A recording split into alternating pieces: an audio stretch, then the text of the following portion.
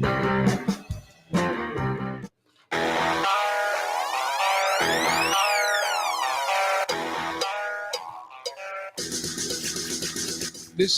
is it, Patrick Maurice? Is that the guy's name? Something Maurice? Chevalier, whatever his name is? Paul Maurice, yeah. Has he ruined a good thing? I mean, they swing the big deal. They get rid of Hoobie Doobie, who was a real catalyst last year, but people deemed him to be too soft to win a championship. They bring in a guy, Kachuk, who's a dynamite player and has done nothing wrong. I mean, he's got like 17, 18 goals. He's a real menace in front of the net there, tough as nails. And a good guy to have on your team, and he brings that physicality. So that looks like a move that should have made the team better. No, they were dynamite last year. They sucked this year. Sitting there sub 500 with this guy, Maurice. And he doesn't have much to say after these games, right? It's almost like the French Joe Philbin.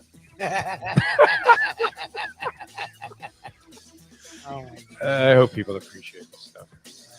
Yeah, he is. He's Joe Philbin speaking French. Parlez-vous français? Philbin. Right? French. They end everything with that. That's kind of how the team is playing. The time. Wake up with Defo, joined by Lubie. Welcome to the Defo Show. And a very pleasant good morning, everybody. Great to be with you here on a Peel Yourself Off the Mat Monday, combined with a little bit of Degenerate Friday. And it's interesting that you chose that particular clip where we established that Paul Maurice is the French Joe Philbin. He really is, because this was from Sunday's edition of the New York Post. Larry Brooks, hockey writer. And I pulled this out specifically, and I didn't think we were going to get into it right away, but I just wanted to read you something here, a little take on, because, we're here in town, and I think, for the most part, I don't know that the Miami media shills for its teams, but we're not particularly harsh on the local teams, aren't we, Lubie? Tend to give them the benefit of the doubt because we're used to losing and mediocrity and all of that. I mean, the Dolphins make the playoffs. And, you could be one of those curmudgeon-like types that says, yeah, what's the big deal? They're only going to lose in the first round anyway. I told you, by the way, too, that 9 games was a cinch at the beginning of the season. You sure it was a cinch? Never in fucking doubt. Never in doubt, Lubie.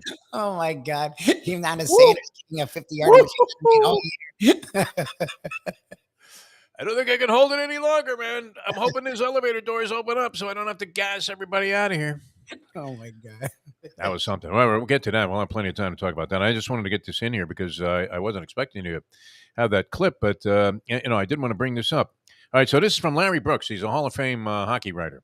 Yeah, I've heard of him. And writes in the New York Post. He's been there forever. He's one of those guys that's been there since they first had ink. And he has a column called Slapshots, and he tells it like it is, or at least like he feels it is. And I think his opinion is widely respected. I don't know that he's right about everything. Nobody is. But nonetheless, as a hockey observer, I'm thinking this guy watches a lot more hockey than I do and probably has greater insight. But here we go. This is what he had to say about the Florida Panthers, which he mentioned in his column Slapshots as one of the tidbit items there that he wrote a couple of paragraphs about. And he says this, not sure there has been a coaching personnel decision that has backfired, at least on a short-term basis, as spectacularly as Florida GM Bill Zito's move to fire Andrew Brunette, which I thought the guy probably had to go, right, after that shaky playoff performance. It didn't look like he could answer to the moment of truth, as Tony Segreto would say.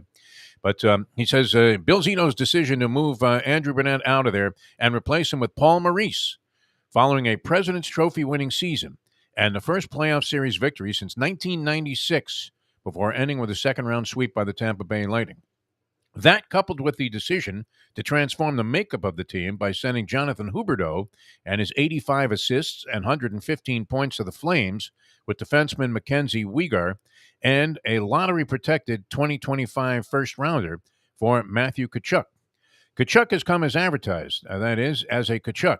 But once again, Putty Tats are mired in the nether regions of the East, threatening to become the 5th team in the past 75 years, Lubie. Are you following that? 5th team in the last 75 years to miss the playoffs a year after finishing with the league's best record while playing uninterested, disconnected hockey.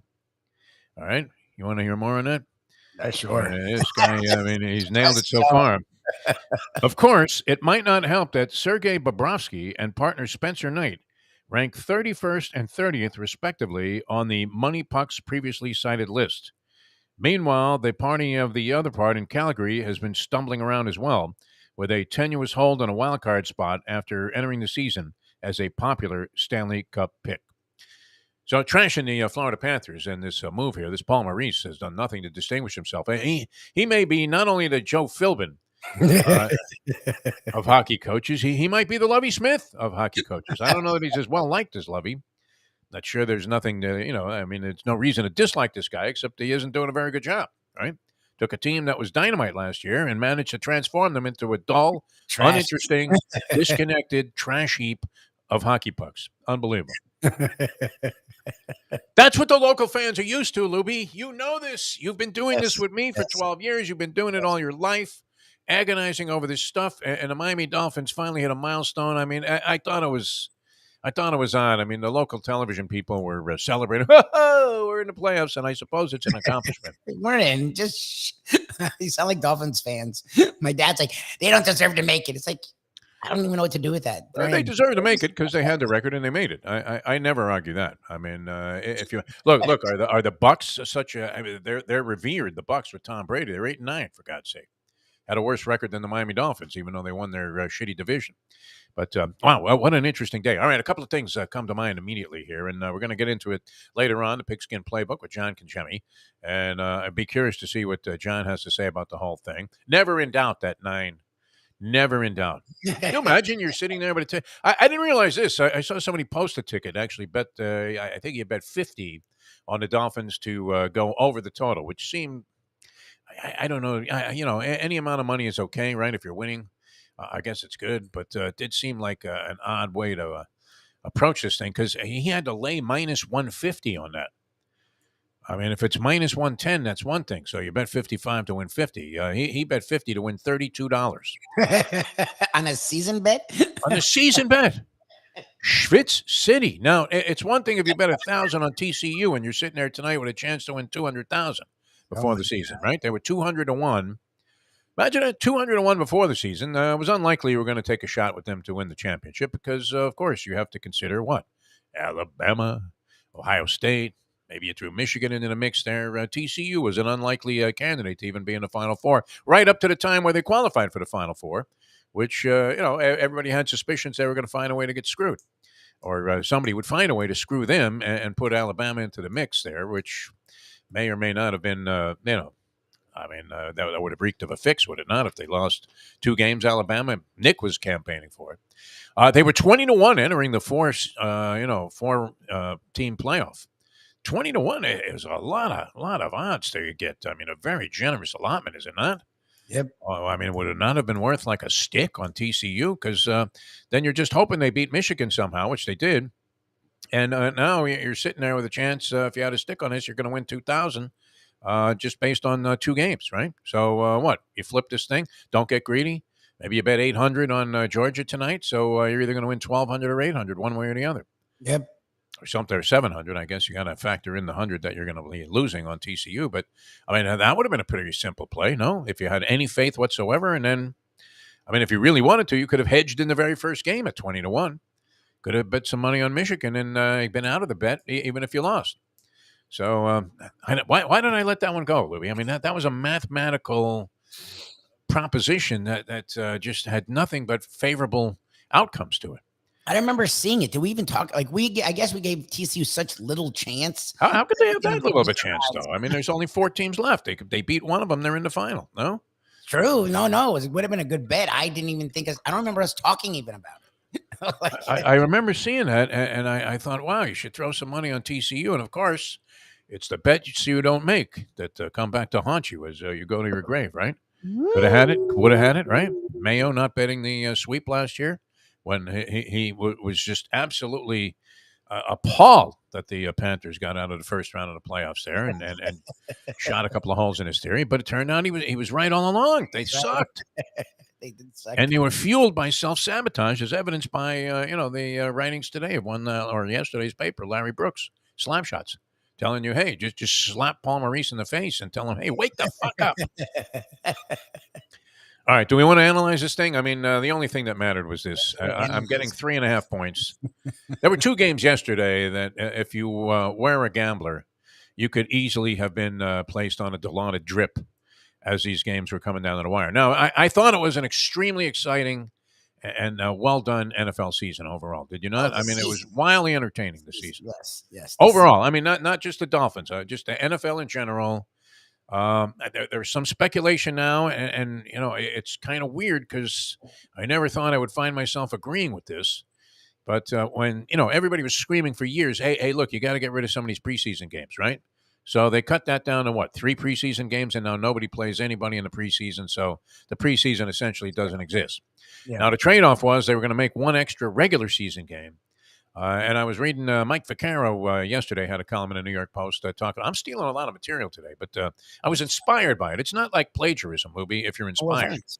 Yeah, we're fans, and we know Vaccaro. And I'm more than willing to credit anybody else who came up with the idea before me. But and it's not a unique idea, but is 17 games, is it one too many? Did the NFL somehow mess with perfection there? Now, I thought I would be the last guy to ever come around to this line of thinking. I don't know about you, Libby, but did we need the 17th game? Now, it decided a lot of things, but so would have Week 16, had that been the case. And maybe, who knows how teams would have approached it leading up to what would have been the final week a week ago. But did we really need to extend the regular season? That's question one. Are you happy? 17 is a weird number of games, is it not? What do you think? I mean, the Dolphins needed it to get in the playoffs, so yes, I'm very happy. But I mean, I thought it was stupid at the time. I don't know that I thought it was stupid. I was in favor of it, but I'm not sure as I'm, in the same line of favor of it that I was at the beginning of the season when I thought, oh, good, anything to get rid of a preseason game. May as well play something meaningful at the end. But nonetheless, I mean, great, entertaining, wildly entertaining NFL season, I thought. All the way around. A lot of different storylines, all kinds of different things happen, things that you were expecting, things that you would never have expected. And I think, as far as the soap opera that is following teams in the standings and through the various travails of the season, very, very interesting all the way around. I mean, so many different fascinating storylines from San Francisco. Now with this, what's the guy's name? Purdy? Purdy? Brock Purdy? Purdy, the one that can openly question. I'm not questioning. Mr. Irrelevant is quarterbacking a team that could win the Super Bowl. Think about that. You understand?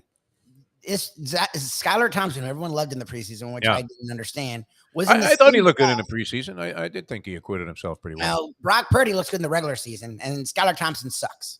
Yeah. Oh, yeah. I mean, look, Brock Purdy, I don't think he was drafted after Skylar Thompson. Right. I mean, look, they had, who was the guy that got injured? Trey Lance. Trey Lance, yeah. I always forget his name because he hasn't done anything yet. And then, the whole Garoppolo saga during the offseason, there seemed to be no way he was coming back to San Francisco. All of a sudden, he's with the 49ers. He's starting, and they're prospering. And then he goes down, and they, you turn around, you go, they don't have Trey Lance. I was wondering why Lance wasn't in the game. I guess he's been injured all year. Yeah. And, you were thinking, look, they were ready to get rid of Garoppolo, maybe even make him trade bait if they could have traded him, just to give this guy the spotlight and say, hey, the job is yours. Now, he doesn't play at all. And this guy, Purdy, comes in, and you're thinking, oh, my God, how fucked are they? Well, and he's distinguished himself very well, has he not? I mean, it's been great. Skylar Thompson doesn't bother me, but I don't think you're beating the Buffalo Bills with Skylar Thompson at quarterback. I don't believe that's even the most remote of possibilities. As competitive as the Dolphins have been against the Buffalo Bills this year, winning one game, coming from behind, and then right there toe-to-toe in what was a wild shootout of a game in Buffalo just a few short weeks ago, they match up very well with the Buffalo Bills when Tua is playing and when he's on his game, which are two different considerations now. We don't know that he's going to play. It didn't sound like it, did it? I mean, McDaniel was mumbling when they got to that question. It's like, what happened? McDaniel, Mr. Loquacious, turned into Bill Belichick all of a sudden. When you said that, because that's the only part of, like, they show clips of his stuff and I don't pay attention, but they brought up Tua, so I'm like, I wonder what he says. And I'm like, did he say anything there? like, I don't know if he said anything. Does this guy even have a head at this point? Not McDaniel, Tua. I mean, we're going to see him, and he's like, had his head amputated or something. I mean, cut off at the neck. Does he even have a head? We don't even know. We have no idea what this guy's condition is. I know the vagaries of concussions, and obviously, look, with this Damar Hamlin thing, even though that wasn't a concussion, there's great concern all of a sudden that people woke up and said, hey, you know what? That game's pretty dangerous. Hello? You play to survive the game, right? But anyway, I don't give 2 cents for their chances with either Teddy Bridgewater or Skylar Thompson playing quarterback against what is now a highly motivated and invigorated Buffalo Bills team with the recovery of Damar Hamlin, which has been remarkable. I mean, just a great thing to see, and we applaud everybody. I know, people get crazy with the thoughts and prayers and all of this stuff, but however this came about, and I don't know that there was divine intervention, as somebody suggested on one of the shows yesterday, when the Bills take the opening kickback and run it for a touchdown against the New England Patriots. Leslie Visser sent me a text saying that you or I should, try out for special teams with the Patriots. Man, did they suck. They gave up another return later in the game. How do you do that? In this day and age, when no one ever returns. No one returns kicks anymore, right? I mean, Travis Williams would have never been, no one would have known about, what was it, Nolan the Flea Smith or Nolan, Leslie Visser says the Gnat. I think he was known as the Flea. It's the Flea. I hate to argue with Leslie Visser, who's got, much more of a rich history with the National Football League than I could ever hope to have, right? I mean, doing a couple of Dolphin pregame shows there, schwitzing out in front of the stadium for 4 hours before the game going, well, what about their offensive line versus our defensive line? We'll explore that with Joe Zagacki in just a moment. What? So, of course, she's right. Nolan Super Nat Smith. Nolan Super Nat Smith, which is a weird nickname. So who was the Flea? I don't know. He wasn't the Flea? There you go, man. Don't let the facts get in the way of a good story, huh? That's I always thought that I was Nolan the Flea Smith. Flea since I met you. Love that guy, man. Number one, Kansas City Chiefs, man. That was when it was very exciting. Billy White Shoes Johnson. You had any number of guys. Travis Williams was with the Packers. Walter Roberts. Have you heard of a Walter Roberts? I'm seeing Walter Roberts called the Flea. Played in the 40s. Do I look like I saw Walter Roberts? I don't know. That's not a good sign. Walter Flea Roberts. Oh, no. I always thought Nolan Smith was He played in the 60s. He played in your childhood. Okay. Yeah, 60s. All right. Maybe that's from confusing Nolan Smith. Nolan Smith was very small, though. I always liked the diminutive guy, the Muggsy Bogues type that goes and plays NFL football. You have great respect for that, do you not? Of course. Great respect for this. Little guy goes out there, gets a snot beat out of him every day, takes all kinds of hits, never fumbles. Always love those guys. And if he shakes loose, he could go all the way. Anyway, 2 returns against the Patriots. That knocks them out of the playoffs. The Buffalo Bills played a decent game. Patriots were in there with a chance. I mean, they were tied 14-all. They took a 17-14 lead, and then bang, zoom, to the moon, Alice. They gave up this touchdown.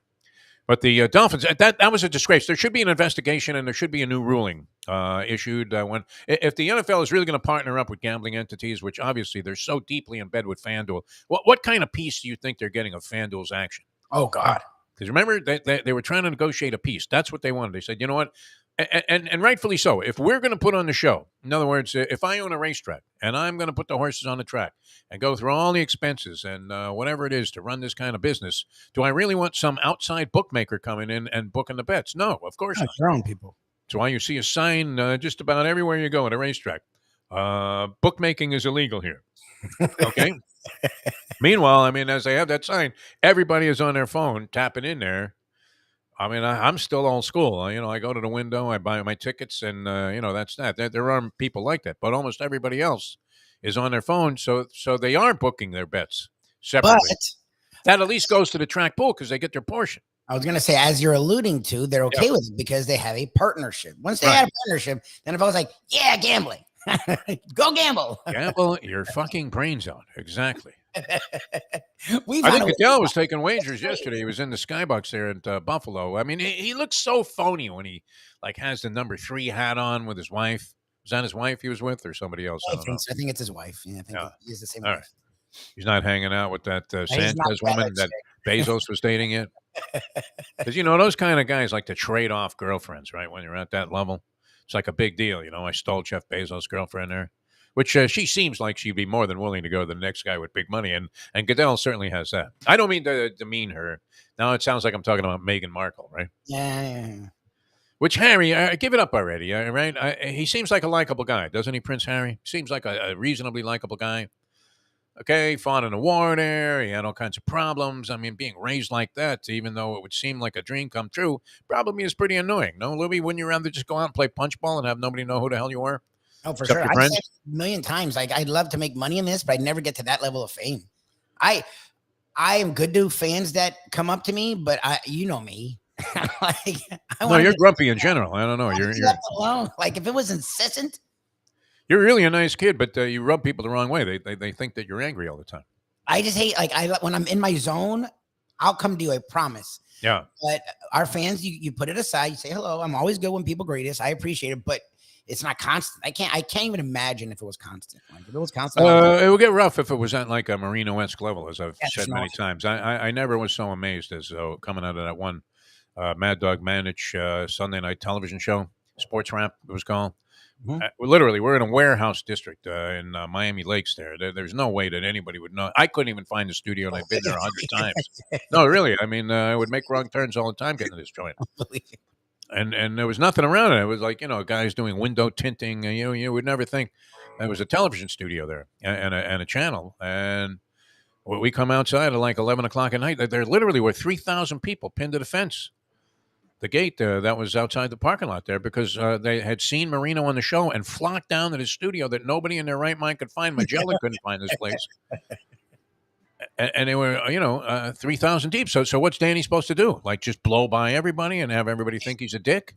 No, I mean, it's why a lot of people around South Florida had a weird opinion about Marino. My mom growing because I guess there was one interaction. They all had one interaction, but that was the thousandths for him. One for you, but the dude can't eat breakfast. Right. So then if you sign 20 autographs, right, your hand is, already getting the shakes there. And missing 100. And, the 21st person is like, what about little Johnny?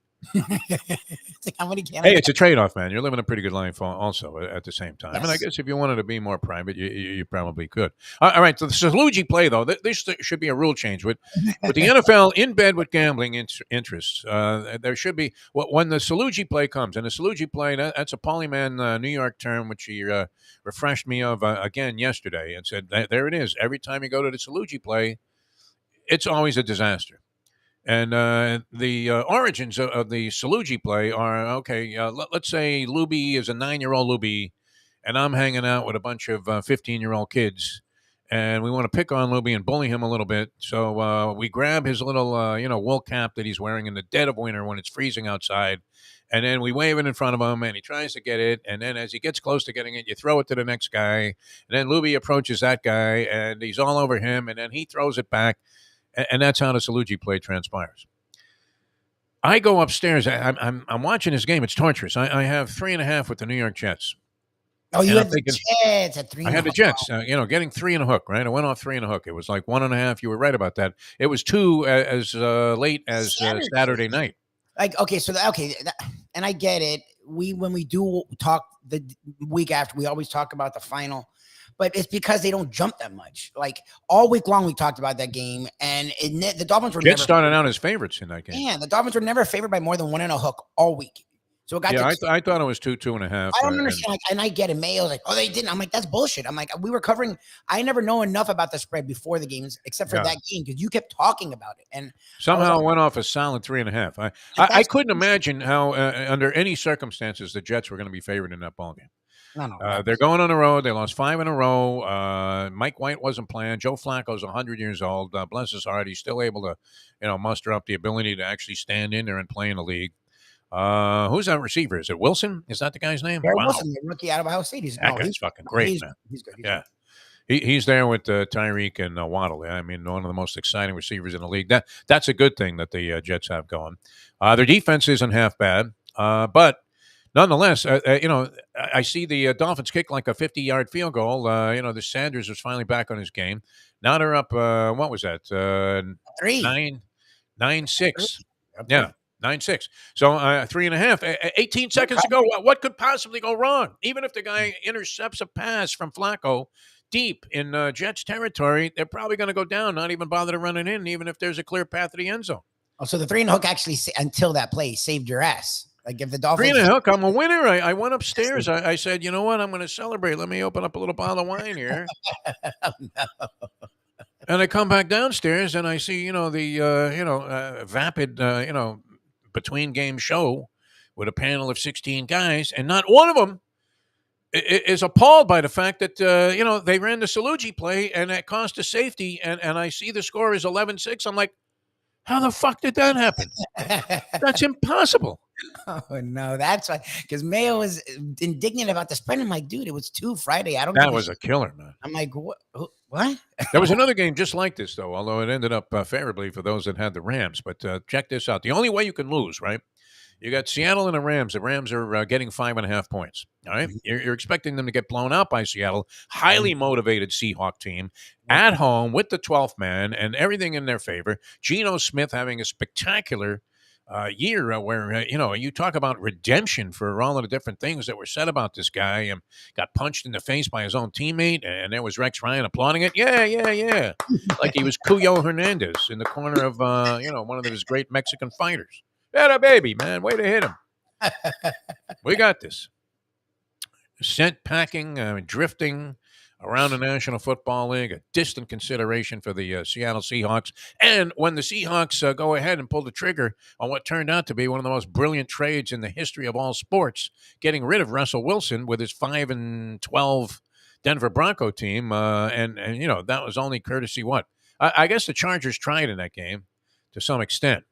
They ended up losing by a couple of points also, even though I think, I think they were laying points against the Denver Broncos, or they should have been. But Seattle now, it comes down to the wire, and with 3 seconds to go, I'm watching this. The only thing that can beat you is a touchdown by Seattle. You're thinking if Seattle wins the game on a field goal, you win. So all the Rams have to do is keep them out of the end zone.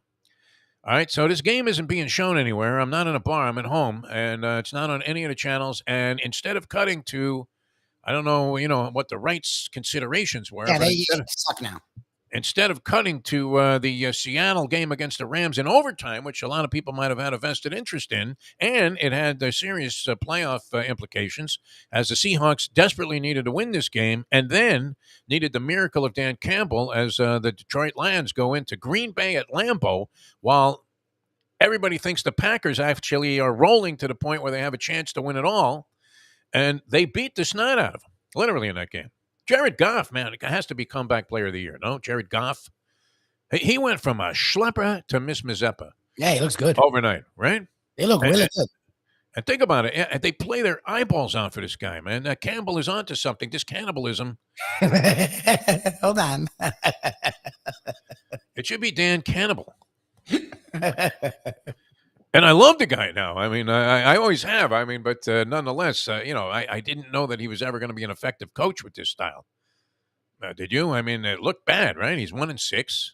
Now, they were, granted by the cliche, the best 1-6 team in all of the NFL. No? I mean, they were in these games for the most part. I think they got blown out twice in those first 7 games. But the rest of the time, they were like, wow, what's up with the Lions? They don't look half bad. Well, their offense was impressive. It was just their defense sucked. But eventually their defense never got good, but it played better. They played hard last night, I have to say that. And they had already known by Seattle winning that they were eliminated from playoff contention. So you have to really give them credit for going out there and stuffing it to the Green Bay Packers and putting Aaron Rodgers right back on the dating sites with his stupid haircut.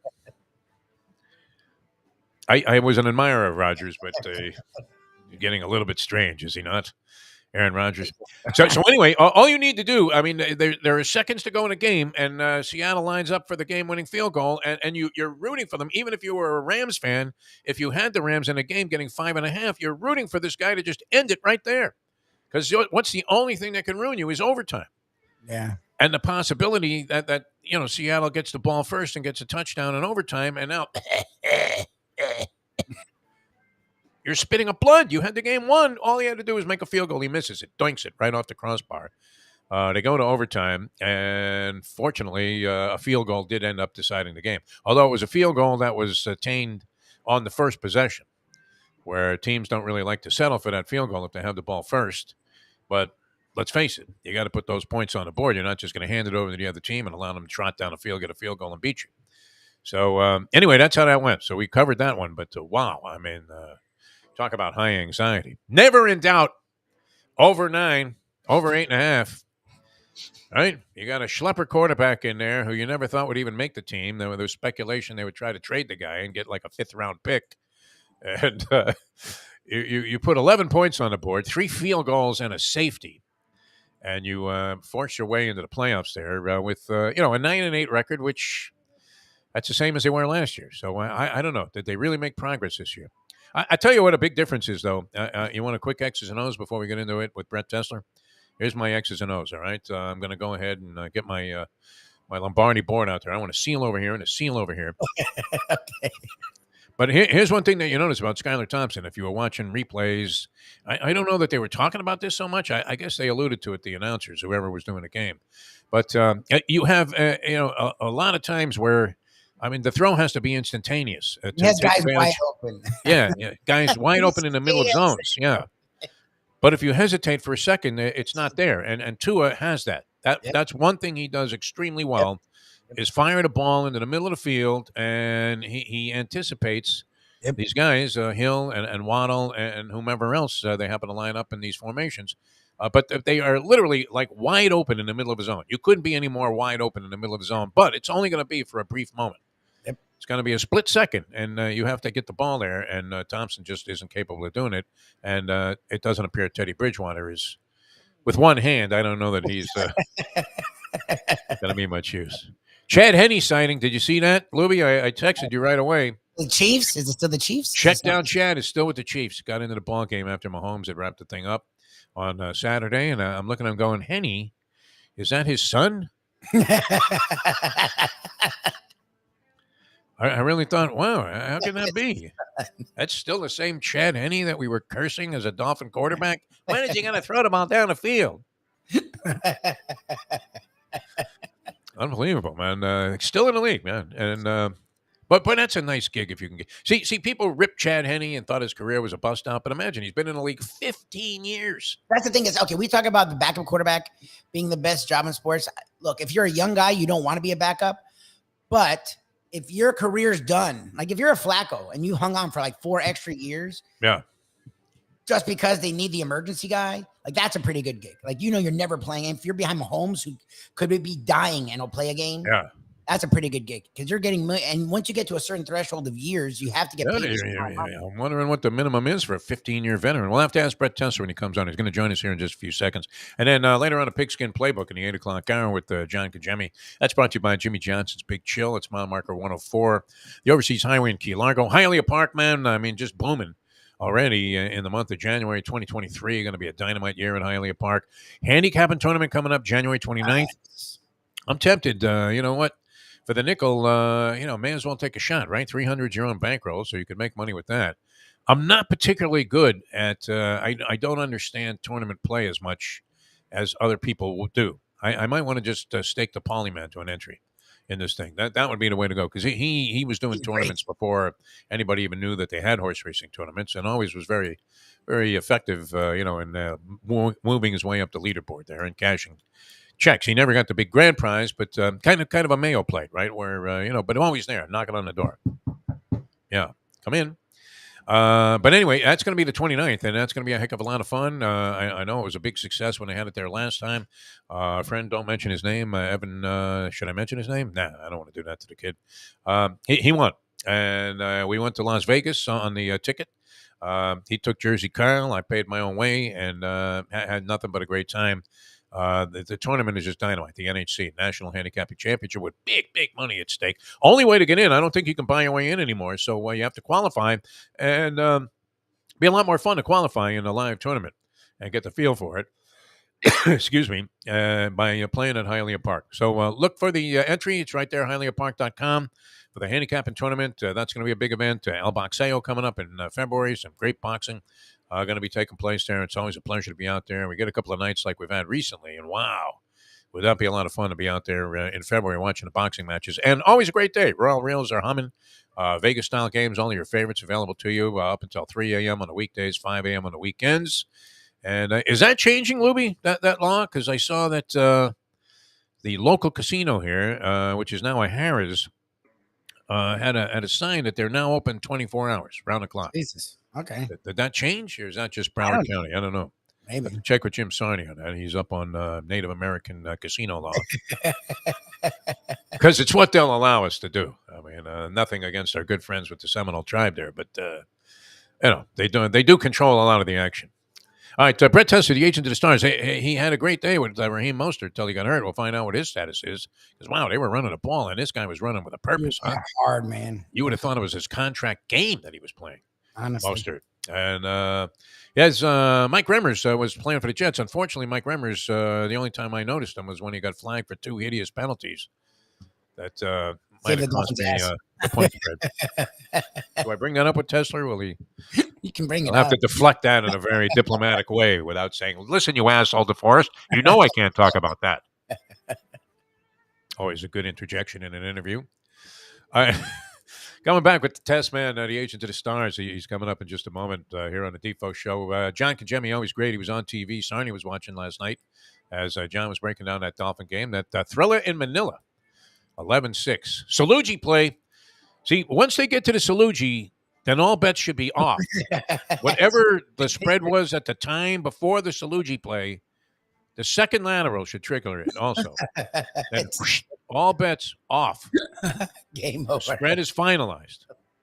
9-6 would have been the betting purposes. You want to call it 11-6, you call it whatever the fuck you want. I can tell I'm a little upset about that. All right. But we hit the over, man. I mean, at least we didn't bury all of our public here. Told you right before the season, this was a cinch. This was our best bet of the year. Dolphins over 8-0. I didn't know you were laying 150 to win 100. Wow. I'm not so sure I would have felt very comfortable during the course of that game. I never thought the Dolphins were going to lose that game. Did you?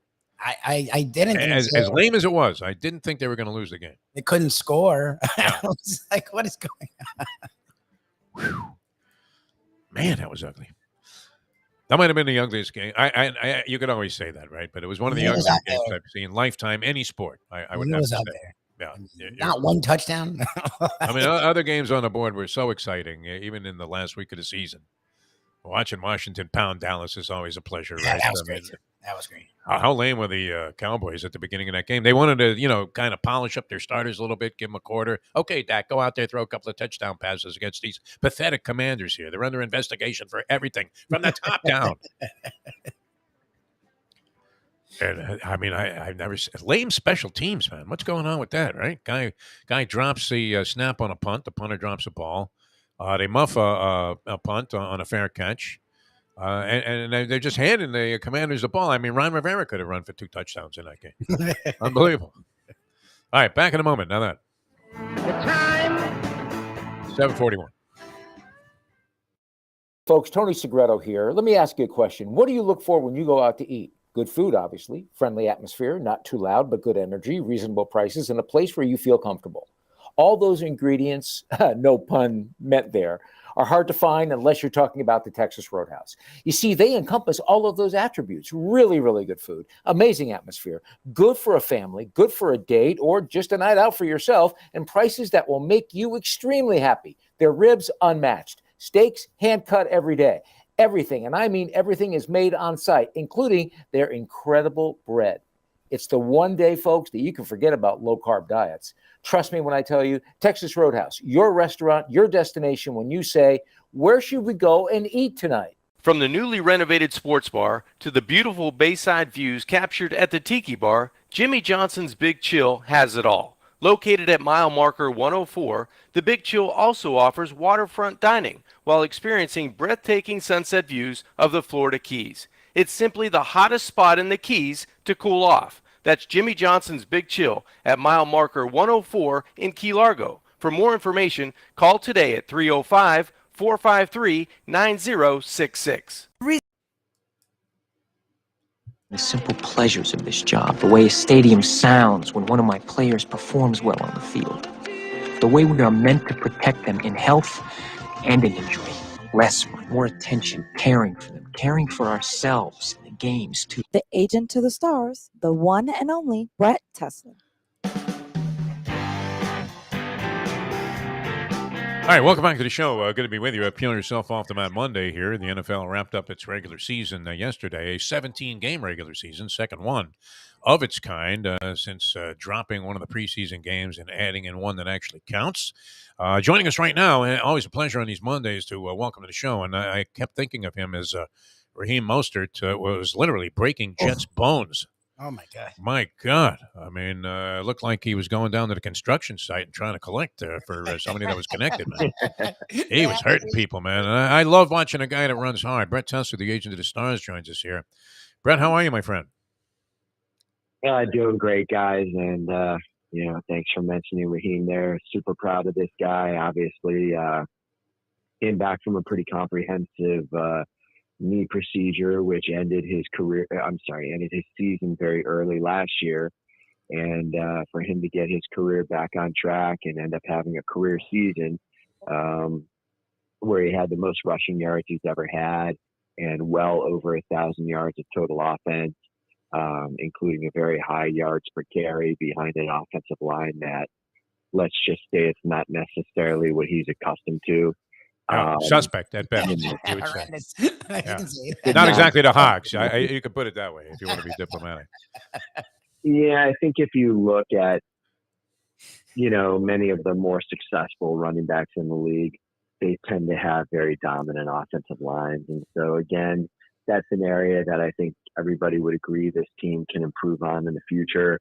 And, if that ends up happening, this team can really do great things. But as it is right now, they get a chance to play in the wild card against Buffalo, and that should be a challenging game. But when you look at the postseason success of this team over the last 2 decades, or lack thereof, just getting to the postseason, I don't care if it's a wild card, I don't care if they barely eke their way by the Jets, I don't care how many games they lost on the stretch. The bottom line is, this year's team has accomplished something that most of the Dolphins teams of the last 2 decades haven't. So it's a sign of encouragement. It's a sign that Mike McDaniel's done a really, really good job with what he has. And, while they may not win the Super Bowl this year, but they are in the postseason, anything can happen. But if that doesn't happen, the fans can still look at this season as a clear step in the right direction. Brett Tessler, the agent of the stars, with us here on a Peel Yourself Off the Mat Monday. All right, this came up, and I would think I could probably guess your position on this, but I was an advocate of getting rid of all preseason games. I thought they were pretty meaningless. Maybe play one. I don't know. What the solution to that is. Less is better, though, it seems, and that came with the owners and the league looking to institute a 17th game. At first, as a fan of the game, I'm thinking, the more games, the merrier. If they want to play 18, that's fine with me. But now that they've played a couple of seasons of 17 games, I'm not sure that they didn't have already a perfect solution at 16 games with 32 teams and the way everything was set up. What's your thought about that? What's your position on the added game? Do you think it adds to the overall entertainment package and the mission that the NFL is trying to accomplish, besides just making money for the owners? That's what I think it accomplished more than anything, roughly 1/17 more, which is money. If you know the money that this league makes, during a season, to add, 1/17, 6% or so, 7%, yeah. That's a huge number, in terms of added revenue for the league and its owners. And so, that tends to be what drives everything. And I certainly understand why they wanted it. I don't blame them for wanting it. It's just, on the other hand, from a pure, mathematical standpoint, I think it's ridiculous. And I think it's clearer than ever that 17 is probably going to turn into 18. Wow. It's more a question of, I'd say, when, not a matter of if. And so, With that being said, obviously I don't like it. We saw what happened to Damar Hamlin last week. It's a dangerous game. And every single extra game, every single extra play that these guys play is just increasing the chances that something bad can happen. And so, it is what it is now, and it's not going back. And so there's no point in us crying about it. It's just a matter of, to me, 16 games, 32 teams. Can't get much more even than that. But I don't think that's really what the league was concerned about. So they did what they did. And again, frankly, as much as I don't like the extra football, as somebody who's just obsessed with numbers, I think when it ends up ultimately becoming 18 games, that will certainly look a lot better optically and make a lot more sense mathematically. Yeah, it's kind of an unusual thing. I mean, you see this in no other sporting entity. An odd number, maybe soccer. Some soccer league has it that I don't know about, but odd number of games always seem to be a little bit out of whack with common logic. It's interesting too because I mean, in light of the what appeared to be a catastrophic injury to Damar Hamlin. And it's great to see the universe kind of rally around this guy.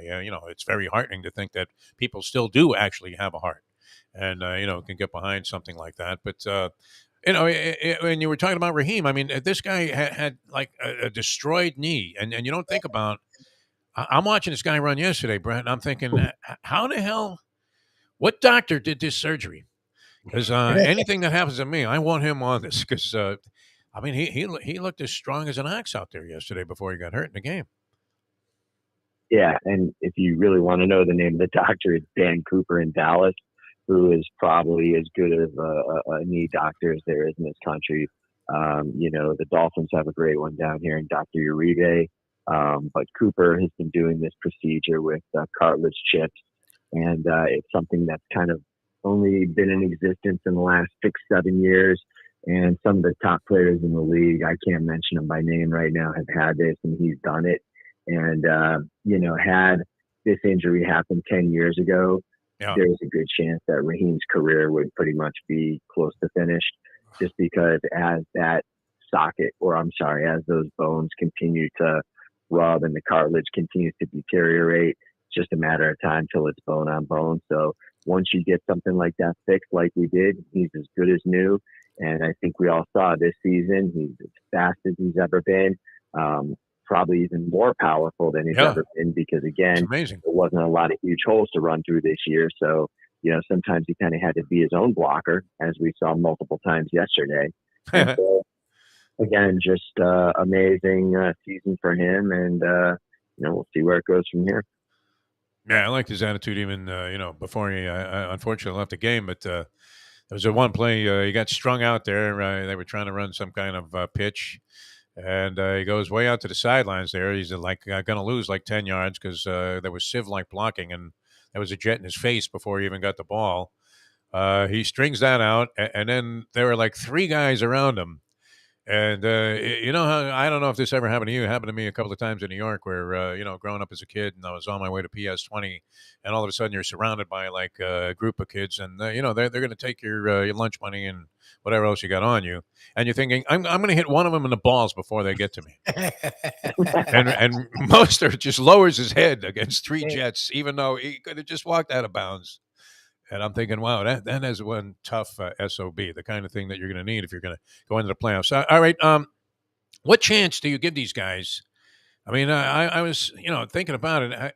Tua makes those mid-range throws in the middle of the field in between, what is very briefly like a wide open area for Waddle and Tyreek Hill. And it didn't appear that Thompson, had the ability to do that. I mean, that seems to be Tua's really, really great skill, and it fits the offense perfectly. But do they stand a chance, A, without Tua in Buffalo, and B, I mean, what's the story with this kid?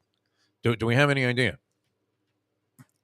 Well, I kind of like Skylar Thompson. I like his makeup. I like his skill set. Now, obviously, like any younger quarterback, it's good that he got some experience during the regular season. You just hope it's the right kind of experience, because, again, when you're spending a lot of the day running for your life and, making throws on the run and doing things like that. It wasn't easy. no, it wasn't easy, but if it doesn't kill you, it makes you stronger. So I'd be interested to see how he continues to develop. And Tua obviously gives them the best chance to win today because, he's been the guy since day one this season. He's the guy that the offense and the receivers and everybody have the best timing with. And so, overall, regardless who starts, I think it's going to be an uphill battle. Buffalo's obviously one of the, 3 best teams in the league, I would say. And if you just look at their team, player for player, comparing them to Miami, I mean, Josh Allen, you're talking about one of the 3 best quarterbacks in the league. You're talking about easily a championship type defense there, and that certainly separates these 2 teams. So I think it's going to be a big challenge. But like we talked about earlier, just the very fact that the Dolphins are in this position, I'm not saying that they should just go there and lay down and be happy they made it to the wild card. But look, anything can happen. I mean, players can go down. Things can happen. When we played when the Dolphins played the Bills a few weeks ago, they gave them a tough game. So anything can happen. I mean, the weather could be a little tough out there. That typically would favor Buffalo, but it's going to be a interesting thing to see how the Dolphins respond going again on the road in a tough climate against a very talented team.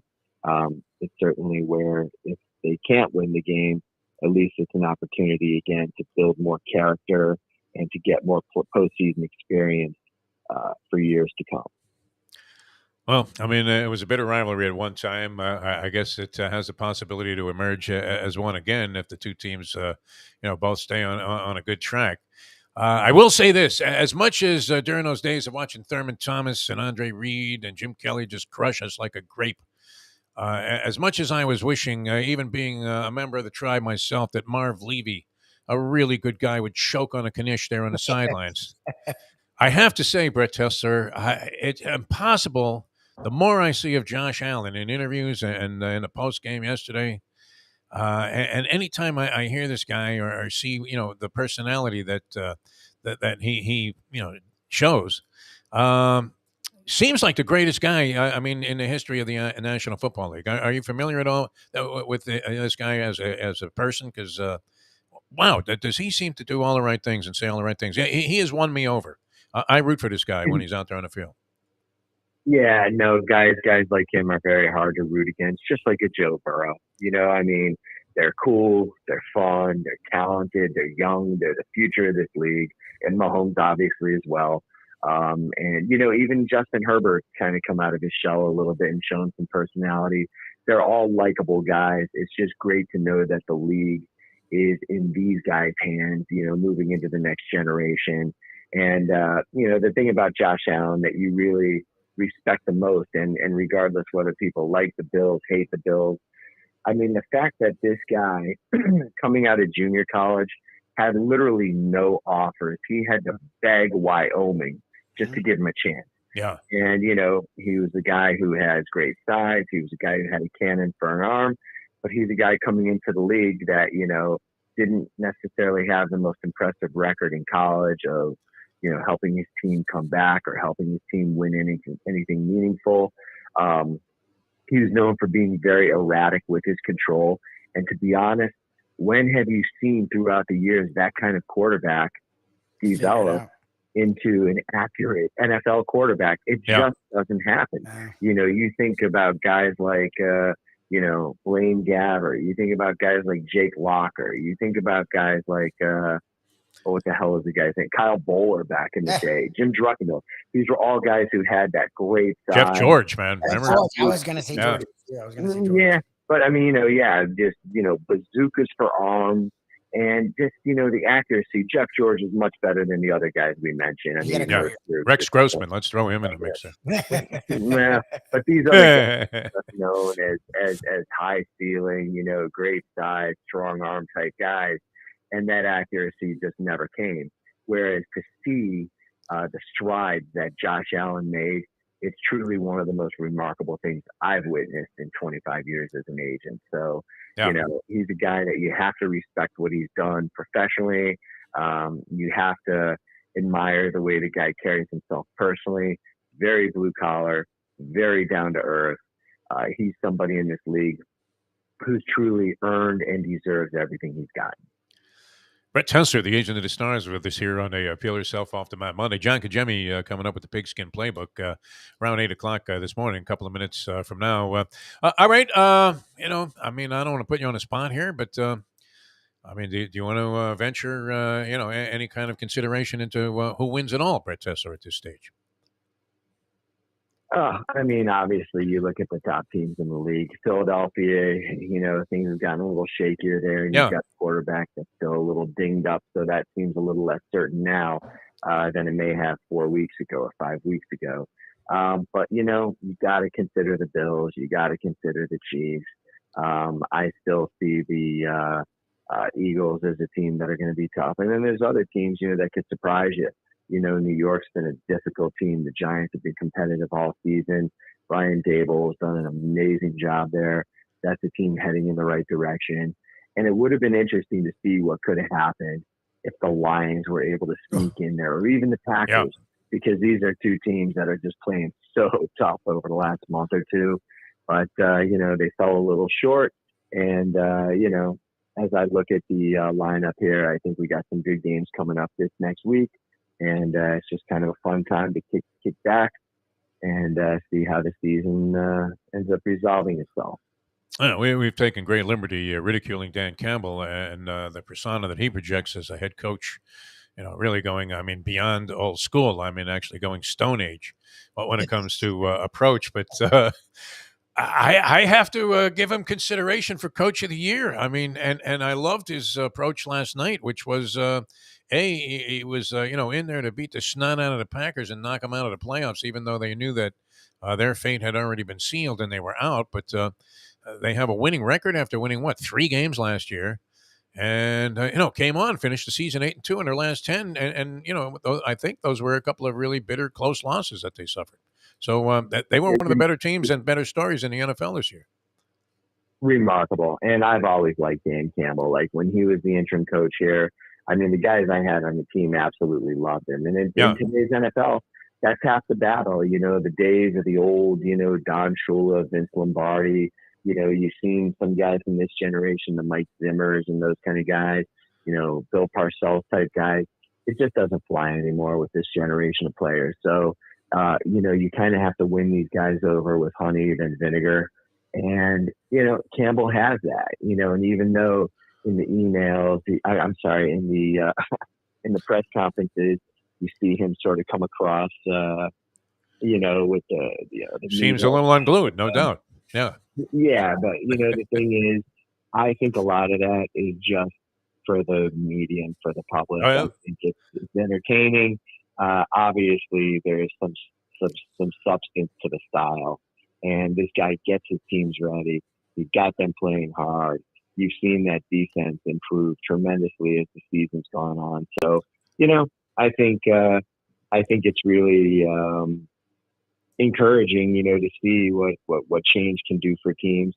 And I think you're starting to see it down here with Mike McDaniel. The change here was even a little faster and quicker than a situation like Detroit where they made the playoffs down here. So,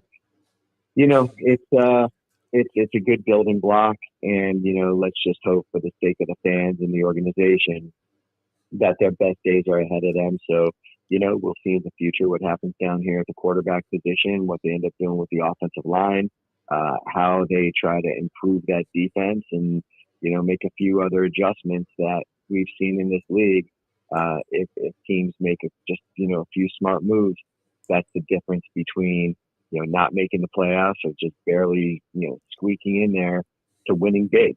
So, the team's again on the right track, and they've got the right head coach, and, they've got some incredible weapons on offense. We'll see what happens in free agency this year. We'll see what happens with Raheem Mostert, and then we go from there.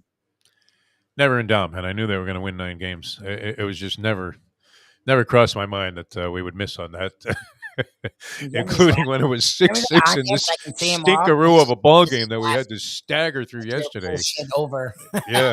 Oh my God. And then I lose on the Salugi play with a 3.5 point spread, Brett. I know you don't get involved in that, but Jesus, that was criminal. There should be an investigation. All right, Brett, we love you, man. I know you have guys in action in the playoffs and the postseason, so I look forward to checking in with you after the first round of playoffs. So always the most exciting and now expanded, the Super Wildcard Weekend. So that was always one of my favorite weekends of sports viewing, and now enhanced by additional games as well. Thanks for being with us, Brett. Always a pleasure, my friend. Pleasure's mine, guys. Great talking. All right, thanks a lot. I did root for Marv Levy to be choking on a knish. Oh, Can you even say that anymore? I mean, the knish and the Jewish food reference, I mean, is that... We're Jewish, so we can sort of... politically incorrect. I mean, who was it? Was it, I mean... Brian Greasy, who was not exactly my favorite announcer. I mean, you talk about a colorless guy in terms of being a color analyst. And what did he say? Like that some guy should be eating tacos or something? Celebrating? And Mexican people are really offended by that? I mean, come on. Taco stands are everywhere. Everybody loves tacos. What's wrong with talking about it, right? Who doesn't love a good knish? The fuck? All right, Johnny Congemi, man. Is John ready to go? Beautiful, man. Yeah, he's ready. I love John, man. I don't know if he's ready. I don't know if anyone's ever ready for whatever we do here, but he's physically there. We'll see if he mentally wants to try and see if he agrees that Paul Maurice is the NHL version of Joe Philbin. The French Joe Philbin. Of all of my work, I think that might be the thing I'm most proud of. He does say nothing. I haven't seen a lot of his pressers. Oh, my God. That's why I kept that from last week, because the minute you said it last week, I was like, oh, my God. He's Marcel when it comes to giving you any kind of insight into what the hell's going on with this team, man. Unbelievable, man. We know Kachuk is good. All right, enough hockey. We're coming back. And, we have the championship game tonight. We haven't even mentioned it. I know. Think about that as an afterthought, right? I'm thinking I'm seeing a line 13 now with TCU getting 30. Wouldn't you be tempted? I mean, if you were just going to throw $50 on the game to have some kind of rooting interest, wouldn't you just take the points with TCU? Yes. You're in there with a shot to win the game outright, at least some shot. What I would do, because money line. Wow, a little taste on the money line. Nice, Lubie. 4-1. Must be getting around 4-1, 3-1, something like that. Oh, it's got to be huge. Are you kidding me? It's got to be more like 6-7-1. Because that's the thing. To me, TCU is going to be in it and win the game, or they're going to get rocked. Like, I don't know what to do with Georgia with this. Like, Georgia has sort of messed around a lot, and I feel like they're just going to unload on TCU. Right, but if TCU can hang around, I can see them winning that game. We'll see what John thinks. He's usually pretty temperate about, not getting involved in the actual pronouncement of recommending a wager. But you kind of know what side he's on. That's what I love about this kid. All right, he's coming up in just a minute here. Brought to you by Jimmy Johnson's Big Chill. That's mile marker 104, the Overseas Highway in Key Largo. That's Mike Lubie Lubitz. I'm Jeff DeForest, and we return peeling ourselves off the mound on this fine Monday. Glad to have you guys on the chat line, too, in a moment. Now that. 8:05.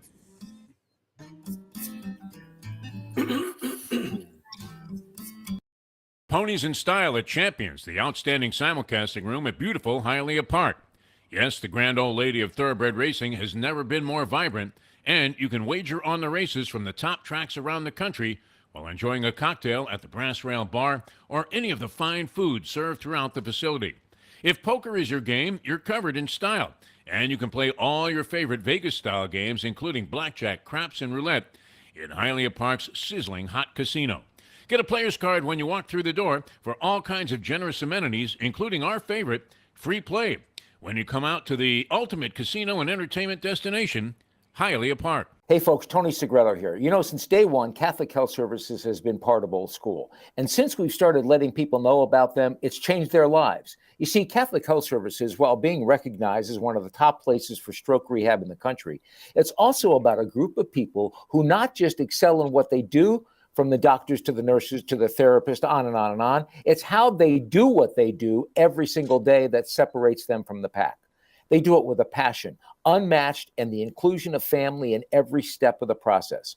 Trust me when I tell you this. If you want the best, unmatched rehab with a special group of skilled, caring people, there is truly only one place, and that one place is Catholic Health Services. These days, we're all looking for comfort anywhere we can find it. Thank goodness for Landlubbers Raw Bar and Grill in the Plantation location, because they are making sure you are as comfortable as possible. First of all, they're not only open for delivery and pickup. All you have to do is go to landlubbersbarandgrill.com for both pickup and free delivery. Their hours have changed a little bit. Monday through Thursday from 3:30 to 10, and Friday, Saturday, and Sunday from 11:30 to 10. You're going to have the best wings in the world. You're going to have a great burger. You're going to have their amazing soups. Again, Landlubbers, Raw Bar and Grill. It's nice and easy. Just go to landlubbersbarandgrill.com for both your pickup and free delivery. Thank goodness for Landlubbers for making you always feel right at home.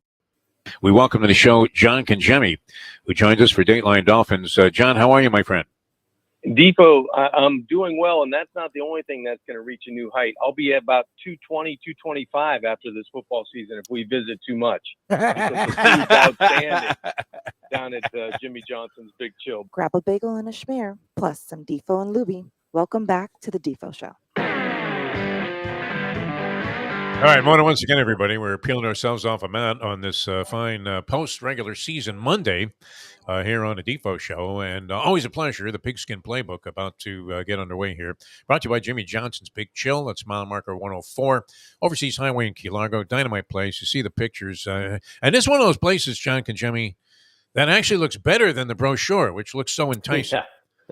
Unlike the You're right. Sunset Inn, which I've stayed at many times in Key Largo, which looks nothing like the brochure once you get there. Did you say you had Sunset? When they give you 2 keys and a fly swatter as you go to your room, I mean, it's never a good sign. That's not the case at the Big Chill. I mean, you can get shafted, on keys accommodations and or dining, but this is never the case at Jimmy Johnson's Big Chill. How are you? I posted something up on Facebook. I couldn't help but think as the game was transpiring and they were going to halftime, a late field goal to knot it up at 3 apiece. And I'm thinking, this is not exactly the thriller in Manila that I'm watching here. And I put up a picture of one of those clever inside right hands that Muhammad Ali had, landed throughout his career to the jaw of Joe Frazier, only to go through treachery later on. I'm assuming you were at this game, and if you were, how are you still alive today? I mean, that was torture. I mean, it really was. Defo and Lubie, even the taste of Hard Rock black coffee couldn't get me through the first half. Wow. Of this one. Joe Flacco versus Skylar Thompson and a bad offensive line. The only thing that I was thinking of was eight games, and it's. I was waiting. What do you think we were thinking about? Talk to you guys, because honest to God, I mean, you felt like the Dolphins were going to find a way, but it didn't look. I didn't have any confidence in them finding a way. I felt they were going to win the game the whole time. I really did. I thought they would eventually get a touchdown somehow, either a Flacco pick six, some kind of fumble, or maybe they. I don't think Thompson is that bad, but wow, he looked like Ray Lucas a couple of times, where the guy was almost on the ground and he tries to throw one. I'm sure you've attempted a couple of those, much to the dismay of your coaching staff. I took a few years off of some of those coaches' lives, trying to attempt some of those, and I'm sure prone to the ground. Skylar did the same the other day on us, and a lot of Dolphin fans. We were like, just don't turn it over, because the Jets aren't going to score a touchdown. They couldn't run. They have football. No offense, zero. I mean, except that Wilson kid who was great. Wilson, outstanding. What did he have? 9 for 102. Oh, and he was being triple teamed too. I mean, and catching balls in the dirt from Flacco. Yeah. I mean, it looked like he was trying to catch Gaylord Perry, for God's sake. What was on that one, Gaylord?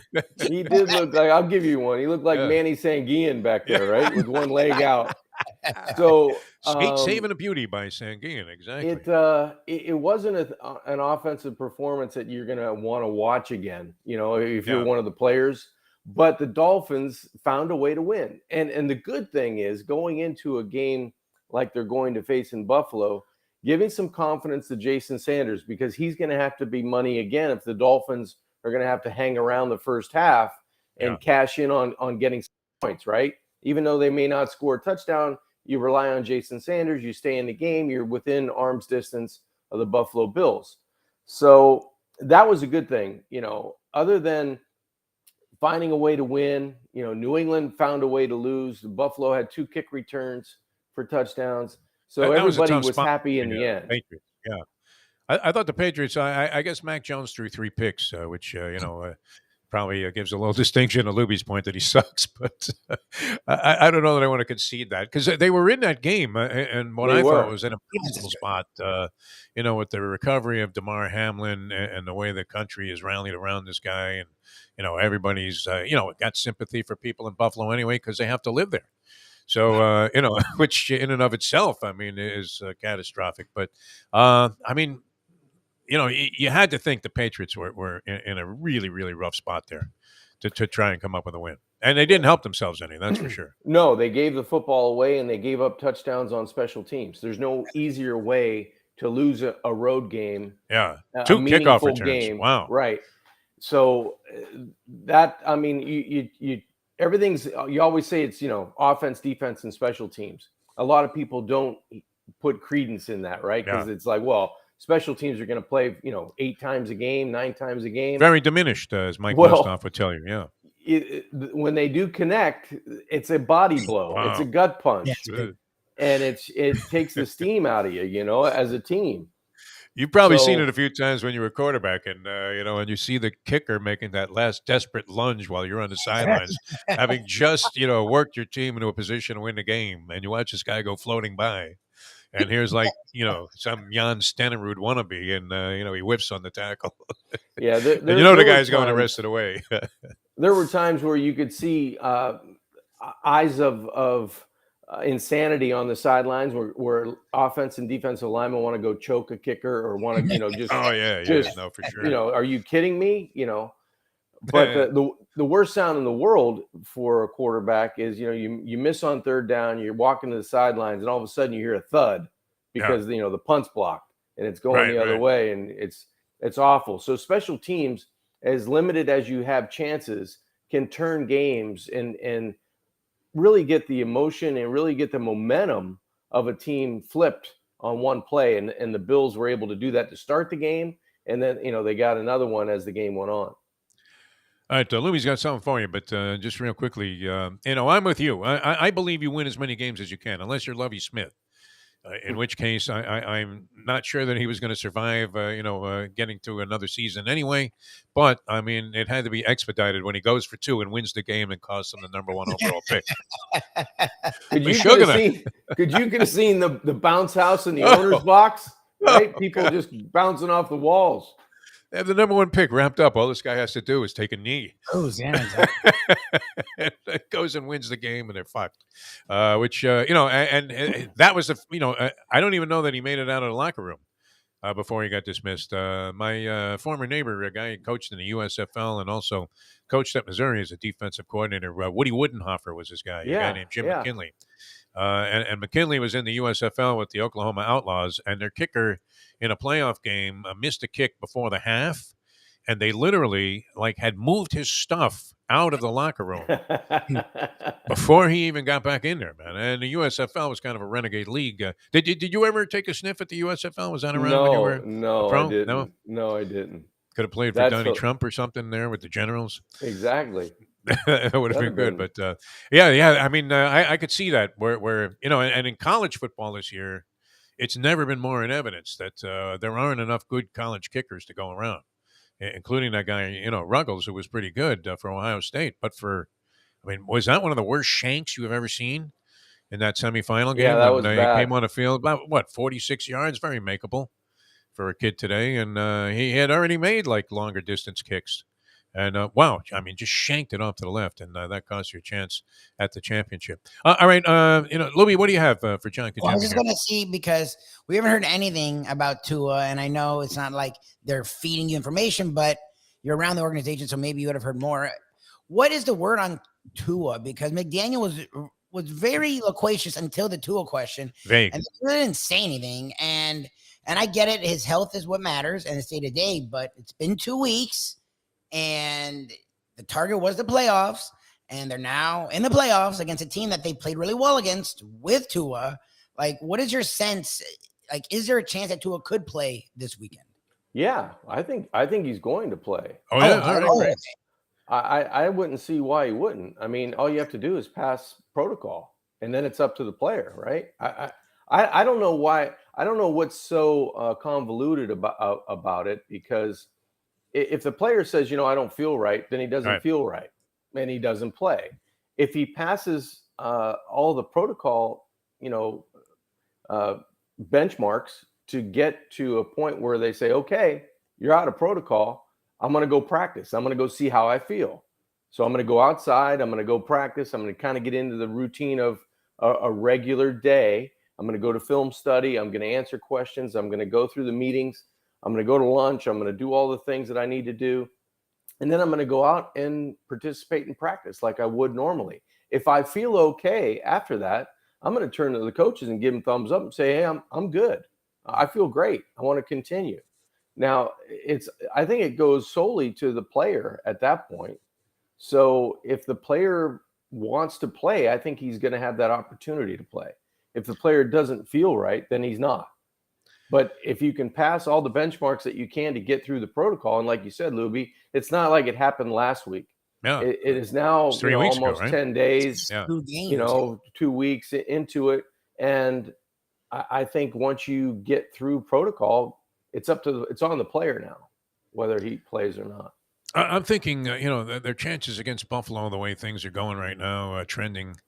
They did match up well against them. Obviously, they beat them one time coming from behind, and they were toe-to-toe with them in a shootout in a very meaningful game. That was about as exciting a football game as you can ask for, losing on a last-second field goal. So it isn't impossible to conceive that they could be competitive in this game, but I believe there's no chance that they win this game without Tagovailoa. And then on top of that, I mean, this was something you could see. Now, he was under stress, and he's not accustomed to doing the things. I mean, there's a reason Tua is ahead of him on the depth chart, and this guy was a 7th-round pick, Skylar Thompson.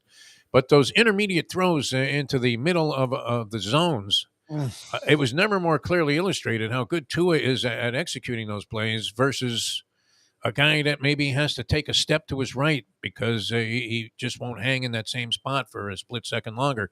And Tua gets rid of the ball so much more quickly than either Bridgewater or Skylar Thompson. So, and those throws were clearly missing. In the Jets game, I mean, guys, you're looking at Tyreek Hill. There might have been 4 Jets forming an umbrella around him, but those are the throws that Tua hits, and that's why they've had such a good season when he's been in there. Well, you think about it, how many reps Tua has had at the footwork and the timing and throwing blindly because he knows where guys are going to be, and he's anticipating those throws, where Skylar had probably 3 days of work at it in terms of getting all the reps and doing all those things. So you would think Tua is going to be that far ahead, and the receiver is going to be that much comfortable running in those zones and being able to know where to settle down. Skylar probably has the strongest arm of all 3 quarterbacks on the team, but in terms of being able to have that timing to match up where the receivers are in those zones, it takes a while. It takes some time, and that's probably why you saw and fans saw what they did on Sunday. It was just hit or miss. It looked a little bit like helter skelter in terms of scrambling, making plays, extending plays. Trying to be productive, but you're trying so hard, the wheels are spinning and you're not getting anywhere. So I think Skylar has all the tools to be an NFL quarterback. Yeah, he's promising, no question. He has mobility, he has a strong arm, he's got the size. He just needs time. He just needs to mature and nurture that and harness, all of his strengths, and that takes reps. So he doesn't have them yet. Is that a nice way of saying you agree with me? They have no shot without Tua. You know what? You think about it. You give him a chance, yeah. All right. I would give him a chance because the Dolphins as a team, have played. What 1 point separates these 2 teams in 2 matchups? I think that's if you're looking at. But Tua had big games in both of those games. He was huge, and so was Hill and Waddle. I mean, were Hill and Waddle. And that's what they need. I mean, they're not going to win this game with a couple of field goals.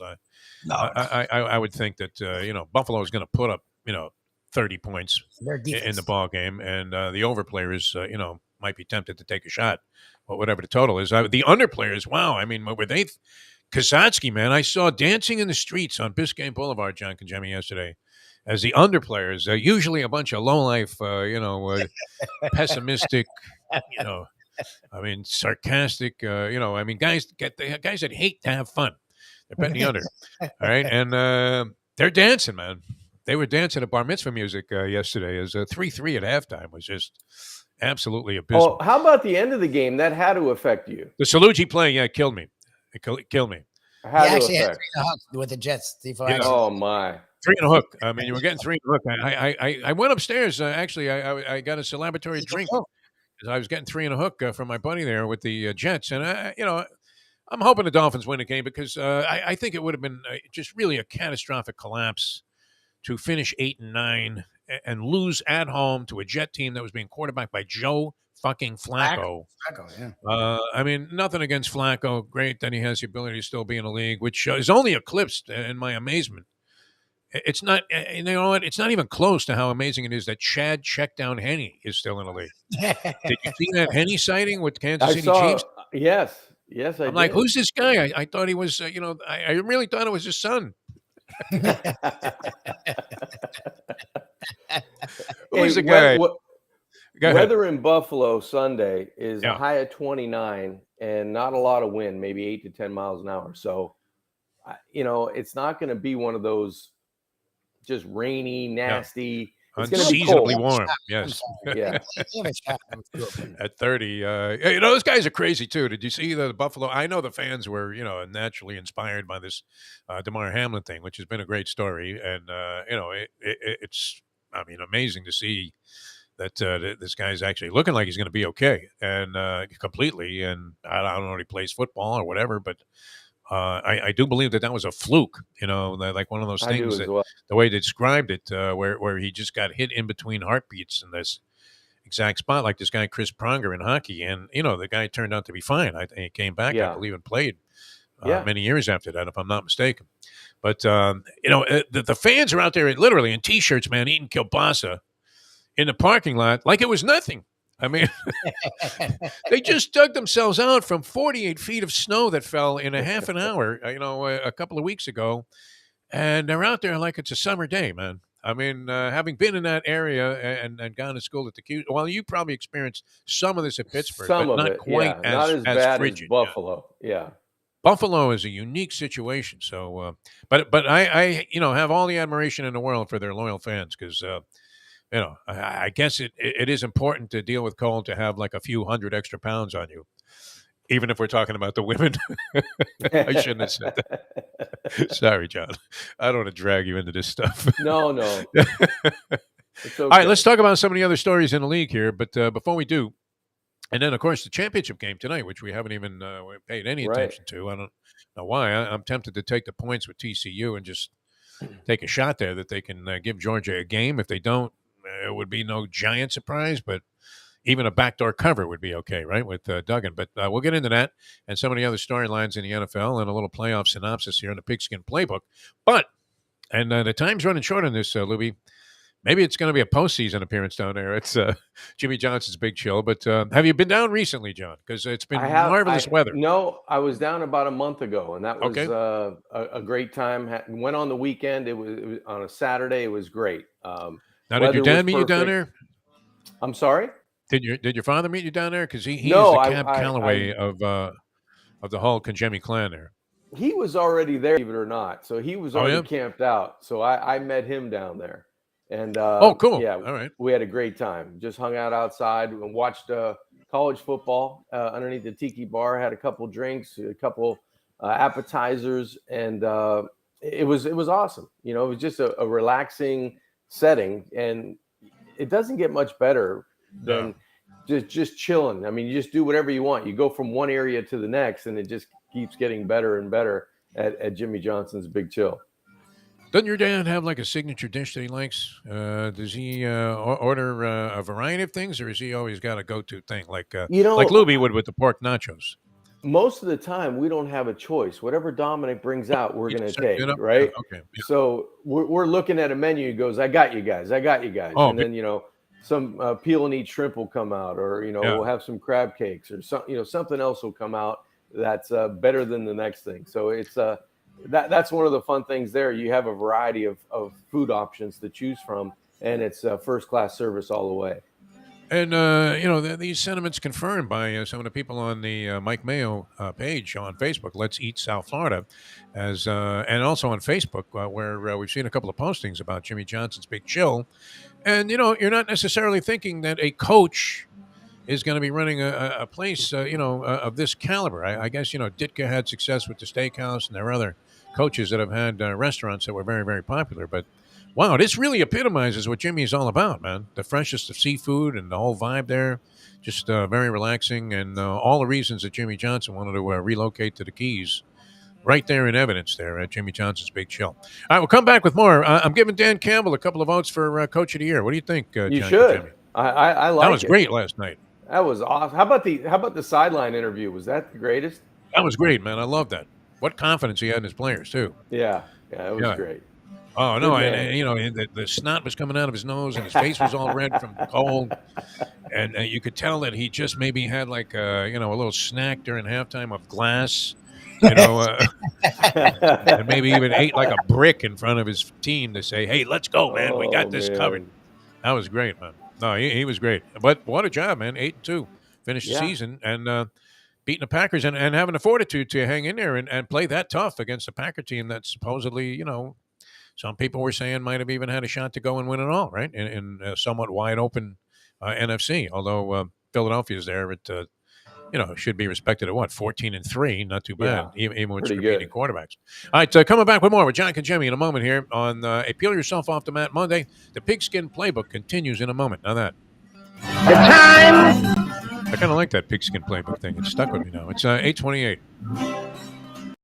Folks, Tony Segreto here. Let me ask you a question. What do you look for when you go out to eat? Good food, obviously, friendly atmosphere, not too loud, but good energy, reasonable prices, and a place where you feel comfortable. All those ingredients, no pun meant there, are hard to find unless you're talking about the Texas Roadhouse. You see, they encompass all of those attributes. Really, really good food, amazing atmosphere, good for a family, good for a date, or just a night out for yourself, and prices that will make you extremely happy. Their ribs, unmatched. Steaks, hand-cut every day. Everything, and I mean everything, is made on site, including their incredible bread. It's the one day, folks, that you can forget about low-carb diets. Trust me when I tell you, Texas Roadhouse, your restaurant, your destination when you say, where should we go and eat tonight? From the newly renovated sports bar to the beautiful bayside views captured at the Tiki Bar, Jimmy Johnson's Big Chill has it all. Located at mile marker 104, the Big Chill also offers waterfront dining while experiencing breathtaking sunset views of the Florida Keys. It's simply the hottest spot in the Keys to cool off. That's Jimmy Johnson's Big Chill at mile marker 104 in Key Largo. For more information, call today at 305-453-9066. Eight Line Dolphins with John Congemi, and that's brought to you by Jimmy Johnson's Big Chill in the Keys, and we're looking very much forward to doing some broadcasts there. I think we're going to head down there like once a month during the football season. I have to ask you this, and feel free to, not necessarily spill the beans from a personal standpoint to your good friend Dan Marino. Does he experience, or did he ever experience nightmares about handing the ball off to Kareem Abdul-Jabbar that one year when Jimmy insisted on running the ball on every play? And it was always, the announcer, I think it was Ron St. John, was a stadium announcer back then, and you could hear him say, hand off to Kareem Abdul-Jabbar, gain of 1, 2nd and 9. Hand off to Kareem Abdul-Jabbar, gain of 1, 3rd and 8. Did he ever talk about that? No, he's never really talked about that, Defo. But you're right. I think they did have that on loop at whatever the stadium was called at that time. It was 1 yard every time. And it was a generous 1 yard they were giving him statistically. Enjoy your trip to work with lots of laughs thanks to Defo and Lubie. Now on the Defo Show. All right, welcome back to the show. John Congemi with the Pigskin Playbook with us here on Appeal Yourself Off the Mat Monday. Mike Lubitz, Jeff DeForest here. All right, John, let's go in this direction, if you don't mind. Bogus teams in the playoffs. That's always a discussion. And now we have expanded the postseason to include a total of 14 teams. So 14 of 32. Only 18 teams don't make the playoffs. It's like Gary Bettman took over the National Football League. Now, I've been opposed to playoff expansion throughout most of my life, and yet when they added the one extra wild card team in baseball a few years back, and I guess they've added a subsequent one to that now. I actually thought it worked real well in terms of preserving the integrity of the regular season, because it made teams have incentive to win divisions and to play hard to the end to gain certain advantages. And I guess that would be the goal, the incentive, besides the money grab of expanding the postseason. There's always a team, though, every year that everybody looks at and goes, how the hell did they get into the playoffs, man? They suck. So is there a team in that category this year? I mean, if you look at the Sunday lineup, which I have right in front of me here, Miami, I think they belong in the playoffs, although they eke their way in there. Buffalo certainly does. The New York Giants, had a real good season, nice turnaround year, 9-7-1. Minnesota actually had a great record this year, even though nobody really likes them because they have Kirk Cousins at quarterback. Baltimore, ups and downs. Cincinnati looks like they were rolling. So no bogus teams really there. Seattle, I mean, they back in, but I thought they had a remarkable year. I mean, Pete Carroll could be a candidate for Coach of the Year. The Chargers, Jacksonville, I mean, nice rebound, playing well, proving that Urban Meyer was an asshole. The Cowboys had a good record, although they played horribly yesterday. And the Buccaneers, is there a bogus team being represented in the playoffs? Could it be the Buccaneers being the bogus team with Tom Brady? I don't know. I don't know I don't think that's the right word, because a lot of the teams that would maybe qualify for that, guys, have gone through a stretch where they've lost multiple games. Yeah. Or they've had injury at a key position. Look at Baltimore with their quarterback Jackson being out, right? They struggled to find their footing. They've won some games. They lost some games they should have won early in the season, with 14-point leads, 20-point leads, one being to the Miami Dolphins at home. The Dolphins are one of those teams. They go through stretches of 3 wins, 3 losses, 5 wins, 5 losses. They fought through injury at a key position like Baltimore did. And I think that the Jags are in that category too. They lost a bunch of games early, found their footing. Their quarterback played well. They got healthy. Yeah. And they were 3-7, I think. Yeah.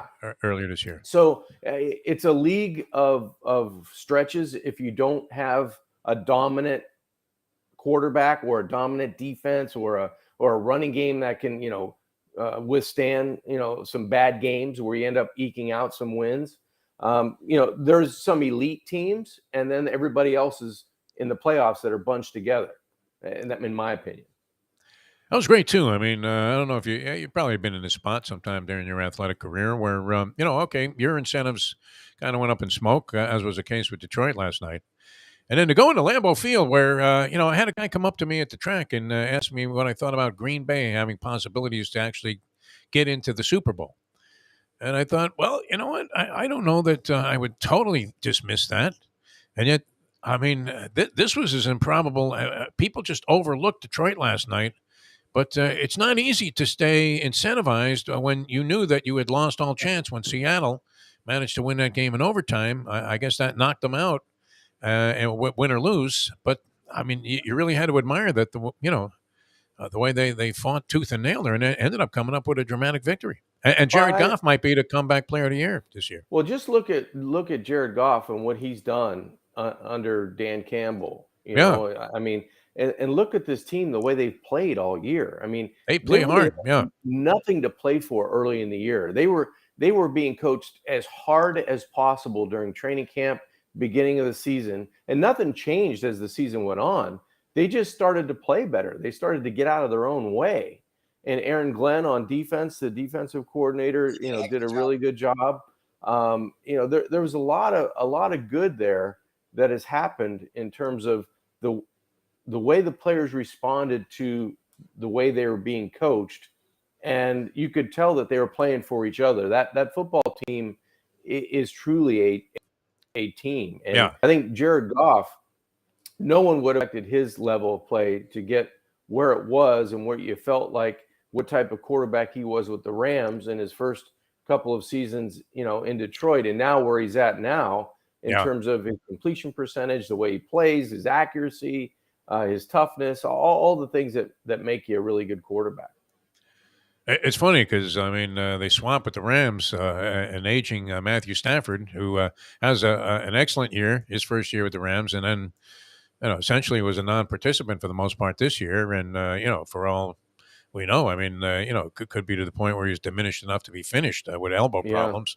And Goff, who had fallen into disfavor after kind of lighting it up for a little while, and you thought, wow, this kid's really going to be good.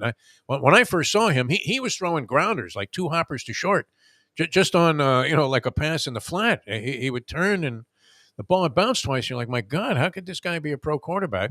Then he took the Rams to the Super Bowl, and and then he loses favor with McVay, ends up on the scrap heap. They make the swap. Goff is horrible last year with a 3-win team. And comes back this year, and it looks like he sparked his team to the point where they maybe have a springboard for success. And I remember it was coincidental too. I mean, they were 1-6, and I think the owner, one of the descendants of the Ford family, gave Dan Campbell a vote of confidence, which John, is usually the kiss of death. Woo, man, won't be seeing him around here no more. And sure enough, it worked. I mean, so that was a real good story this year. The other, one of the good stories in the postseason is going to be San Francisco, and Mr. Irrelevant quarterbacking a team that, I mean, how distant of a thought was this? It was just like having our 8 and a hook over bet come down to a third-string, 7th-round pick quarterback behind a patchwork offensive line. That was patchwork for an offensive line that wasn't that good to begin with, man. I mean, this was some serious patchwork. And, to try and eke out a victory in the last game of the season seemed very improbable, right, when we were looking at this. But what are the odds that this Mr. Irrelevant can take San Francisco to a championship game and then maybe even a Super Bowl victory? Well, they're playing with a lot of confidence, and they have confidence in their quarterback. And I think they're a well-coached team. They have one of the best defenses, arguably, in the National Football League. So you're thinking like, just don't screw it up if you're Purdy at quarterback. Let's just run the offense. Let's be the dealer. Kind of just take what's there. Don't force it. If we punt, we punt because we've got one of the best units on the other side of the football, and you're going to be playing at home for the majority of the playoffs. So I think that Purdy's.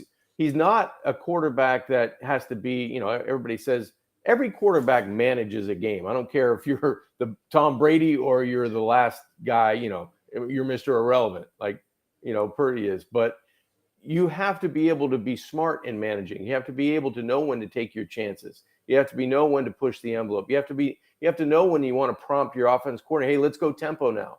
We got him on the run. I'm on the field. Let's go. And you share that responsibility with your team. You have the pulse of your offense.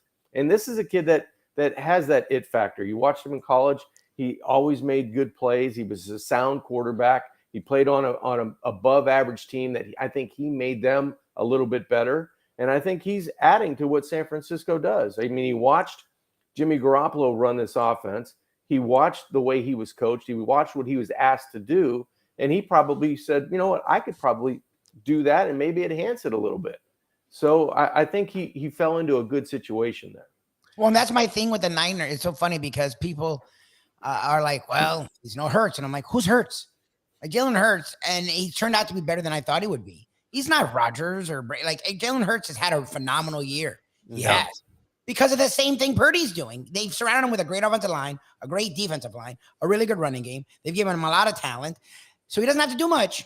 And he can run. Okay. Like that's the thing. Like for the thing with Purdy, well, it's just a regular season. They didn't look like this with Jimmy G. They were winning, but not like this. They demolished teams. And it's not like they're doing the Skylar Thompson. Like they're giving him everything. Actually, they're giving him more. They were giving a Super Bowl runner-up quarterback in Jimmy G. Like what they're doing with that offense, they were not doing with Jimmy G. Like that's the thing to me where I'm just scared of the Niners because it's like, he actually is playing better than Jimmy G. They're playing better than when they had Jimmy G. And they're not holding the offense back. They've given him full throttle, and he's ran with it. To me, there's no one in the league playing like the Niners. I mean, they've won 10 in a row, and it's not like they're just getting by. Like, they're dominating teams. Yeah, the only game, really, that he was on a governor was the Dolphin game because he really didn't have a chance to prepare. Jimmy G gets hurt early. Okay, so Shanahan now is like, okay, what do we do well with Purdy? How can we manage the game until he gets a little bit of confidence, a little bit semblance that, hey, I'm in this game, I'm playing quarterback, it's my job now. And they've expanded that each week, and I think the team has grown. And when you have those playmakers around you like San Francisco does, it really is. It truly is. Let me just do what I do. And even if I make a couple of mistakes, I know the other side of the ball's got my back, and they're rolling right now on offense. They're running the football, they're throwing it. The offensive line's playing well, and the defense is getting after the quarterback on the opposing team. So that's the way you want to go into the playoffs. You're going in with momentum, you're going in with confidence, and you feel like you're the team to beat. You're every week you feel like we're the favorite, we should win this game. And that's a good feeling to have. I'm going cliche with you on this one, John Congemi. Women weaken legs. Defense wins championships. If that's the case, that cliche holds up, then San Francisco is in decent shape because offensively, as Lubie said, I mean, not only are they not compromised from Garoppolo's loss, but they seem to actually be a little bit better, which is really hard to fathom. All right, a lot of interesting stuff there. We want to get into the college game, though, too, with John Congemi. I thought it was as entertaining as anything I've seen. And we've talked about this on the show, but I mean, those were fantastic. Well, I guess we didn't have you last week. We didn't get a chance to really discuss this. Fantastic games. I mean, leading up to this, you couldn't have asked for much more in terms of entertainment. TCU and Michigan, a wild shootout, and then Ohio State, having what looked like an insurmountable lead. And they end up spitting a bit there, and they see Georgia come back on them when it looked like Georgia, I think, has shown vulnerability all year. That's why I'd be tempted to take the 13 with TCU tonight. Just thinking Cinderella story. All right, it could be stopped. That's entirely possible. Maybe Georgia's just so much tougher than these guys. They beat the snot out of them. But we've seen Georgia in some very tight, games towards the end of the season against lesser opponents than TCU. So, what do you think, John Congemi, about the way they got here, and then what will happen tonight? Well, Georgia seemed to survive Ohio State, where Ohio State had equally as good an offense and offensive weapons as Georgia had on defense. Yeah. And they had the upper hand, and it seemed like it was going to be that type of game. But, Georgia's had a bullseye on their back for 2 years now. They're the championship team. They're the team that everybody's going to play their best for. And when you have a couple of weeks to prepare for a team like that, and you have a really good unit at quarterback, wide receiver, offensive line, I think that was probably the key. Ohio State's offense and defensive line could neutralize Georgia's offense and defensive line. That allowed their playmakers to have more space and more time in the passing game, and it allowed receivers like Harrison to find creases and crack Georgia defense, and that's why they got out to a fast start. But I think Georgia as a team has that championship pedigree, and they know how to win games if they're close enough, and come back when they haven't trailed a whole lot, but when they have, they've found ways to win those games. And just like on the other side, TCU needed to get out of the gate fast. They needed to get a defensive score. Well, they got two, and they had that separation against a team against Michigan that likes to play with a 10-point lead. They don't like to be 14 points down. They're not built for that, right? They're built for getting a lead, keeping the lead, and extending it by a field goal or a touchdown, and being comfortable now rope-a-doping you into submission and getting to the fourth quarter knowing that they could run the football and they're going to be able to, play action third down, get a quarterback run to extend the chains, move a first down, and now you don't get the ball back. That's the way they like to win. Well, it wasn't that way, and they almost came back. They had a couple of good runs at closing the gap, but TCU had enough in the tank and made enough plays to keep that separation and win that game. So they won it on explosive plays and defensive turnovers. Kind of easy to root for. I think both of the quarterbacks in this game are older than you, John Congemi. I think so, too. Certainly close to Lubie's age. I mean, what is this, Plutarski? They both have like 7 years in college? What's the deal on that? I mean, that should, bode well for him. It's funny too to see some of the conversation about reading a couple of articles about name, image, and likeness, and how and the transfer portal, and it's funny to see how much money is being thrown around. Somebody explain this one to me. How can you pay college athletes millions of dollars, and Jim Harbaugh get in trouble for buying guys cheeseburgers out of It's ridiculous. out of the recruiting I thought that was fun. window? They're still trying to do recruiting penalties, but you can it offer doesn't guys make any sense. I don't know how did that The work. trans. I mean, this Hartman guy. How much money is Notre Dame paying this kid? I mean, he had WF etched on his heart. This kid Hartman. He'd been there for like 100 years also, and had a brilliant season. And all of a sudden, out of nowhere, he's like, you know what? I think I want to play for Notre Dame. Yeah. I mean, come on. I mean, obviously the incentives there are enormous, and and on top of that, they're paying a coach. I like the way Harbaugh crumbled though after the loss, because he immediately had to have somebody plant a rumor that he was going to take a pro job, so that they would get back to loving him again as the Michigan coach. But I think he is going to go to the pros this year. You do, yeah? I really do. There'll be a bunch of jobs, right? I mean, already you're thinking Houston already fired Lovie Smith. You have Saturday there, probably likely to go. Denver's going to do him. Supposedly Denver's next in the Harbaugh sweepstakes. Oh, Harbaugh with Denver, yeah, and Sean Payton is now the Bill Cowher of ex NFL coaches, because his name is linked to every job. He might I don't know if that's going to last forever, but yeah, New Orleans, yeah, right, every job. All right, so what do you think then? I mean, I like I said, I would take a shot with TCU. I wish I'd taken a shot with them at 20-1. I'd be in a perfect position to hedge this game off. Georgia, I mean, they nearly dropped a couple of games. Are they better, Georgia, this year than last year, when they seem to be a dominating champion? No, I think they were better last year, and that's what I think. TCU a chance. Okay.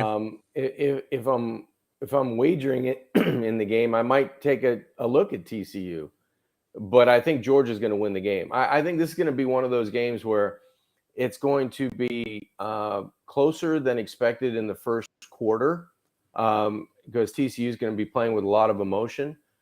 I just think that Georgia in the trenches are going to be that much better than TCU. I don't know if they're going to be able to handle the front seven of Georgia's defense. And I think that's going to probably turn the game. You're going to get a defensive turnover, a strip sack, a fumble that's going to turn the game, and Georgia's going to then roll as the game moves on. I think TCU is a really good team. It's been a great story. It's been fun to watch. They've won a lot of close games. They may eke into the second half still close, but I do think Georgia at some point in this game is going to turn it on, and when they do, you're going to see the separation between these teams. After losing that Dolphin game with the Jets plus 3.5 to a Salugi play, I'm hoping maybe the gods of gambling will smile on me, and I can at least get a backdoor cover. Maybe they're down, 21, and they somehow slip in there, get 8 points, and at least get me a push for my faith in TCU, because I just I don't know that. I mean, Georgia won't dominate them, but at the same time, this team has been in every game. So, and every game they've been overlooked completely. So maybe that's one of those things that the bulletin board material actually works out. And I like their coach too. He seems like a real loose guy. So there's reason to root for them. And repeat champion. What's that? I think Georgia wins big. Like that. Like I really think in the end, like Georgia's had the Missouri close call, the Arkansas close call. Ohio State should have won that game, and they got a new life. That's why, like, I would bet on TCU because they've been game. I just feel like this is the game that Georgia puts it all together and just fucking explodes. Well, like, and you know what? Kirby Smart's been in this spotlight and in this situation so long, and their coaching staff. This team knows how to handle the bright lights, and I think TCU's getting there. I think TCU is there. But it's something about Georgia, having the foresight to call that timeout against Ohio State in the special teams when they were going to fake it. I mean, that does other coaching staffs and other people might have glossed right by them that particular play. But these guys have been in the every week they're the team to beat. Every week they have to be on, and they're going to continue, I think, to be on tonight. Wow, holy Mark Richt couldn't do it when he was there all those years. Had all these great teams, and this guy Kirby Smart comes in, might go back to back, and most people are anticipating that's going to be the case. All right, we'll come back with more with John Congemi, brought to you by Jimmy Johnson's Big Chill, mile marker 104, the Overseas Highway in Key Largo. A couple of parting shots here with John on the Pigskin Playbook coming up in just a moment. Now that The time. 8:51. Ponies in Style at Champions, the outstanding simulcasting room at beautiful Hialeah Park. Yes, the grand old lady of thoroughbred racing has never been more vibrant, and you can wager on the races from the top tracks around the country while enjoying a cocktail at the Brass Rail Bar or any of the fine food served throughout the facility. If poker is your game, you're covered in style, and you can play all your favorite Vegas-style games, including blackjack, craps, and roulette, in Hialeah Park's sizzling hot casino. Get a player's card when you walk through the door for all kinds of generous amenities, including our favorite, free play, when you come out to the ultimate casino and entertainment destination, Hialeah Park. Hey folks, Tony Segreto here. You know, since day one, Catholic Health Services has been part of Old School. And since we've started letting people know about them, it's changed their lives. You see, Catholic Health Services, while being recognized as one of the top places for stroke rehab in the country, it's also about a group of people who not just excel in what they do, from the doctors to the nurses to the therapists, on and on and on. It's how they do what they do every single day that separates them from the pack. They do it with a passion, unmatched, and the inclusion of family in every step of the process. Trust me when I tell you this. If you want the best, unmatched rehab with a special group of skilled, caring people, there is truly only one place, and that one place is Catholic Health Services. These days, we're all looking for comfort anywhere we can find it. Thank goodness for Landlubbers Raw Bar and Grill in the Plantation location, because they are making sure you are as comfortable as possible. First of all, they're not only open for delivery and pickup. All you have to do is go to landlubbersbarandgrill.com for both pickup and free delivery. Their hours have changed a little bit. Monday through Thursday from 3:30 to 10, and Friday, Saturday, and Sunday from 11:30 to 10. You're going to have the best wings in the world. You're going to have a great burger. You're going to have their amazing soups. Again, Landlubbers, Raw Bar and Grill. It's nice and easy. Just go to landlubbersbarandgrill.com for both your pickup and free delivery. Thank goodness for Landlubbers for making you always feel right at home. Jimmy Johnson joins us here on the program, along with John Congemi, and it's Dateline Dolphins, of course, Leslie Visser, the lovely and talented one. It was always different. You had to know if it was Emmitt Smith, if you screamed at him, he was going to go into a shell. I wasn't going to get anything out of him for the rest of the day. If it's Charles Haley, you know, he was going to get upset at me and maybe threaten me on my life. And I mean it. Yeah, but I mean it. And he could have done it too, I promise.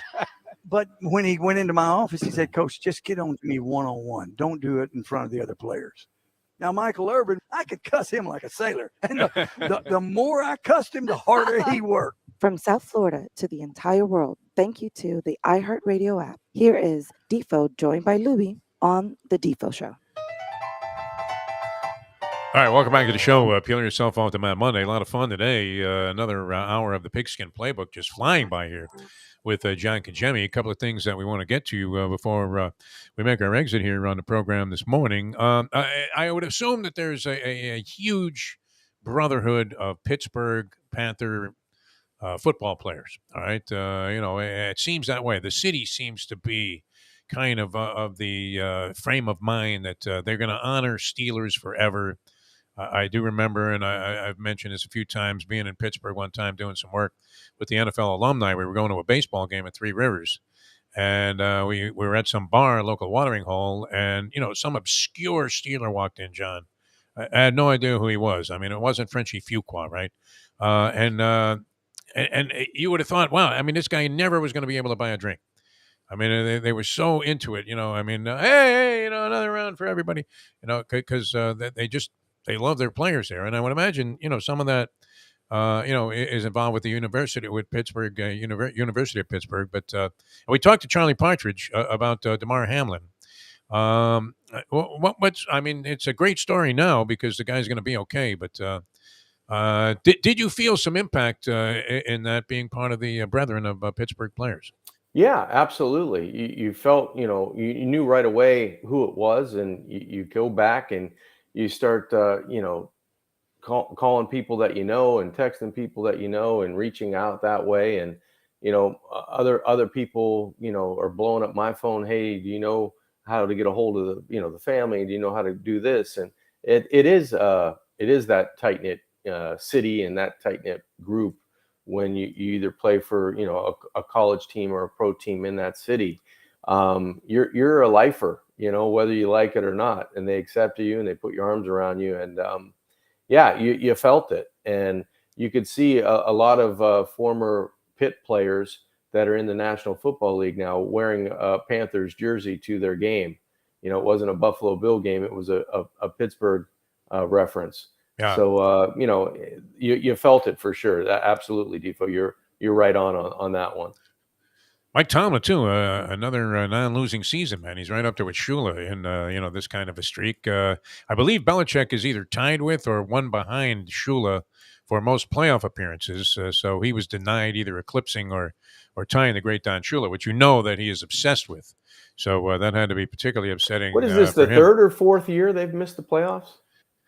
Since Brady left, I would imagine, right? yeah. Since that's been it, right? They won the Super Bowl, and then that's it. And Brady, of course, going to be in the playoffs and probably be badly overbet. What's funny? Statistically, he had like a monster year, Brady, this year. I mean, and yet every time I watched him, he looked like garbage. Yeah. With rare exception, and toward the end of a couple of games, there were those 3 comeback games that he had. But but he only was good at the end of the ball game there when they were allowing him to dink and dunk his way down the field. Yet, I mean, if you looked at him statistically, you would say, wow, this guy's got more shelf life. Does Brady and Sean Payton end up as a tag team somewhere next year, either with the Saints or any one of these other jobs that might pop open? I mean, some would say that was the plan down here, right? Yeah, exactly. I don't know. It sounds like that could happen. The destination yet to be determined. There's probably a few landing spots that could happen. But I would think that Brady's looking for a change. I would think that Brady's looking for somewhere else to finish up, maybe 2 more seasons, 3 more years. Who knows? I mean, I didn't think he would last this long, right? Oh, me either, man. He'll be 46 years old, this guy.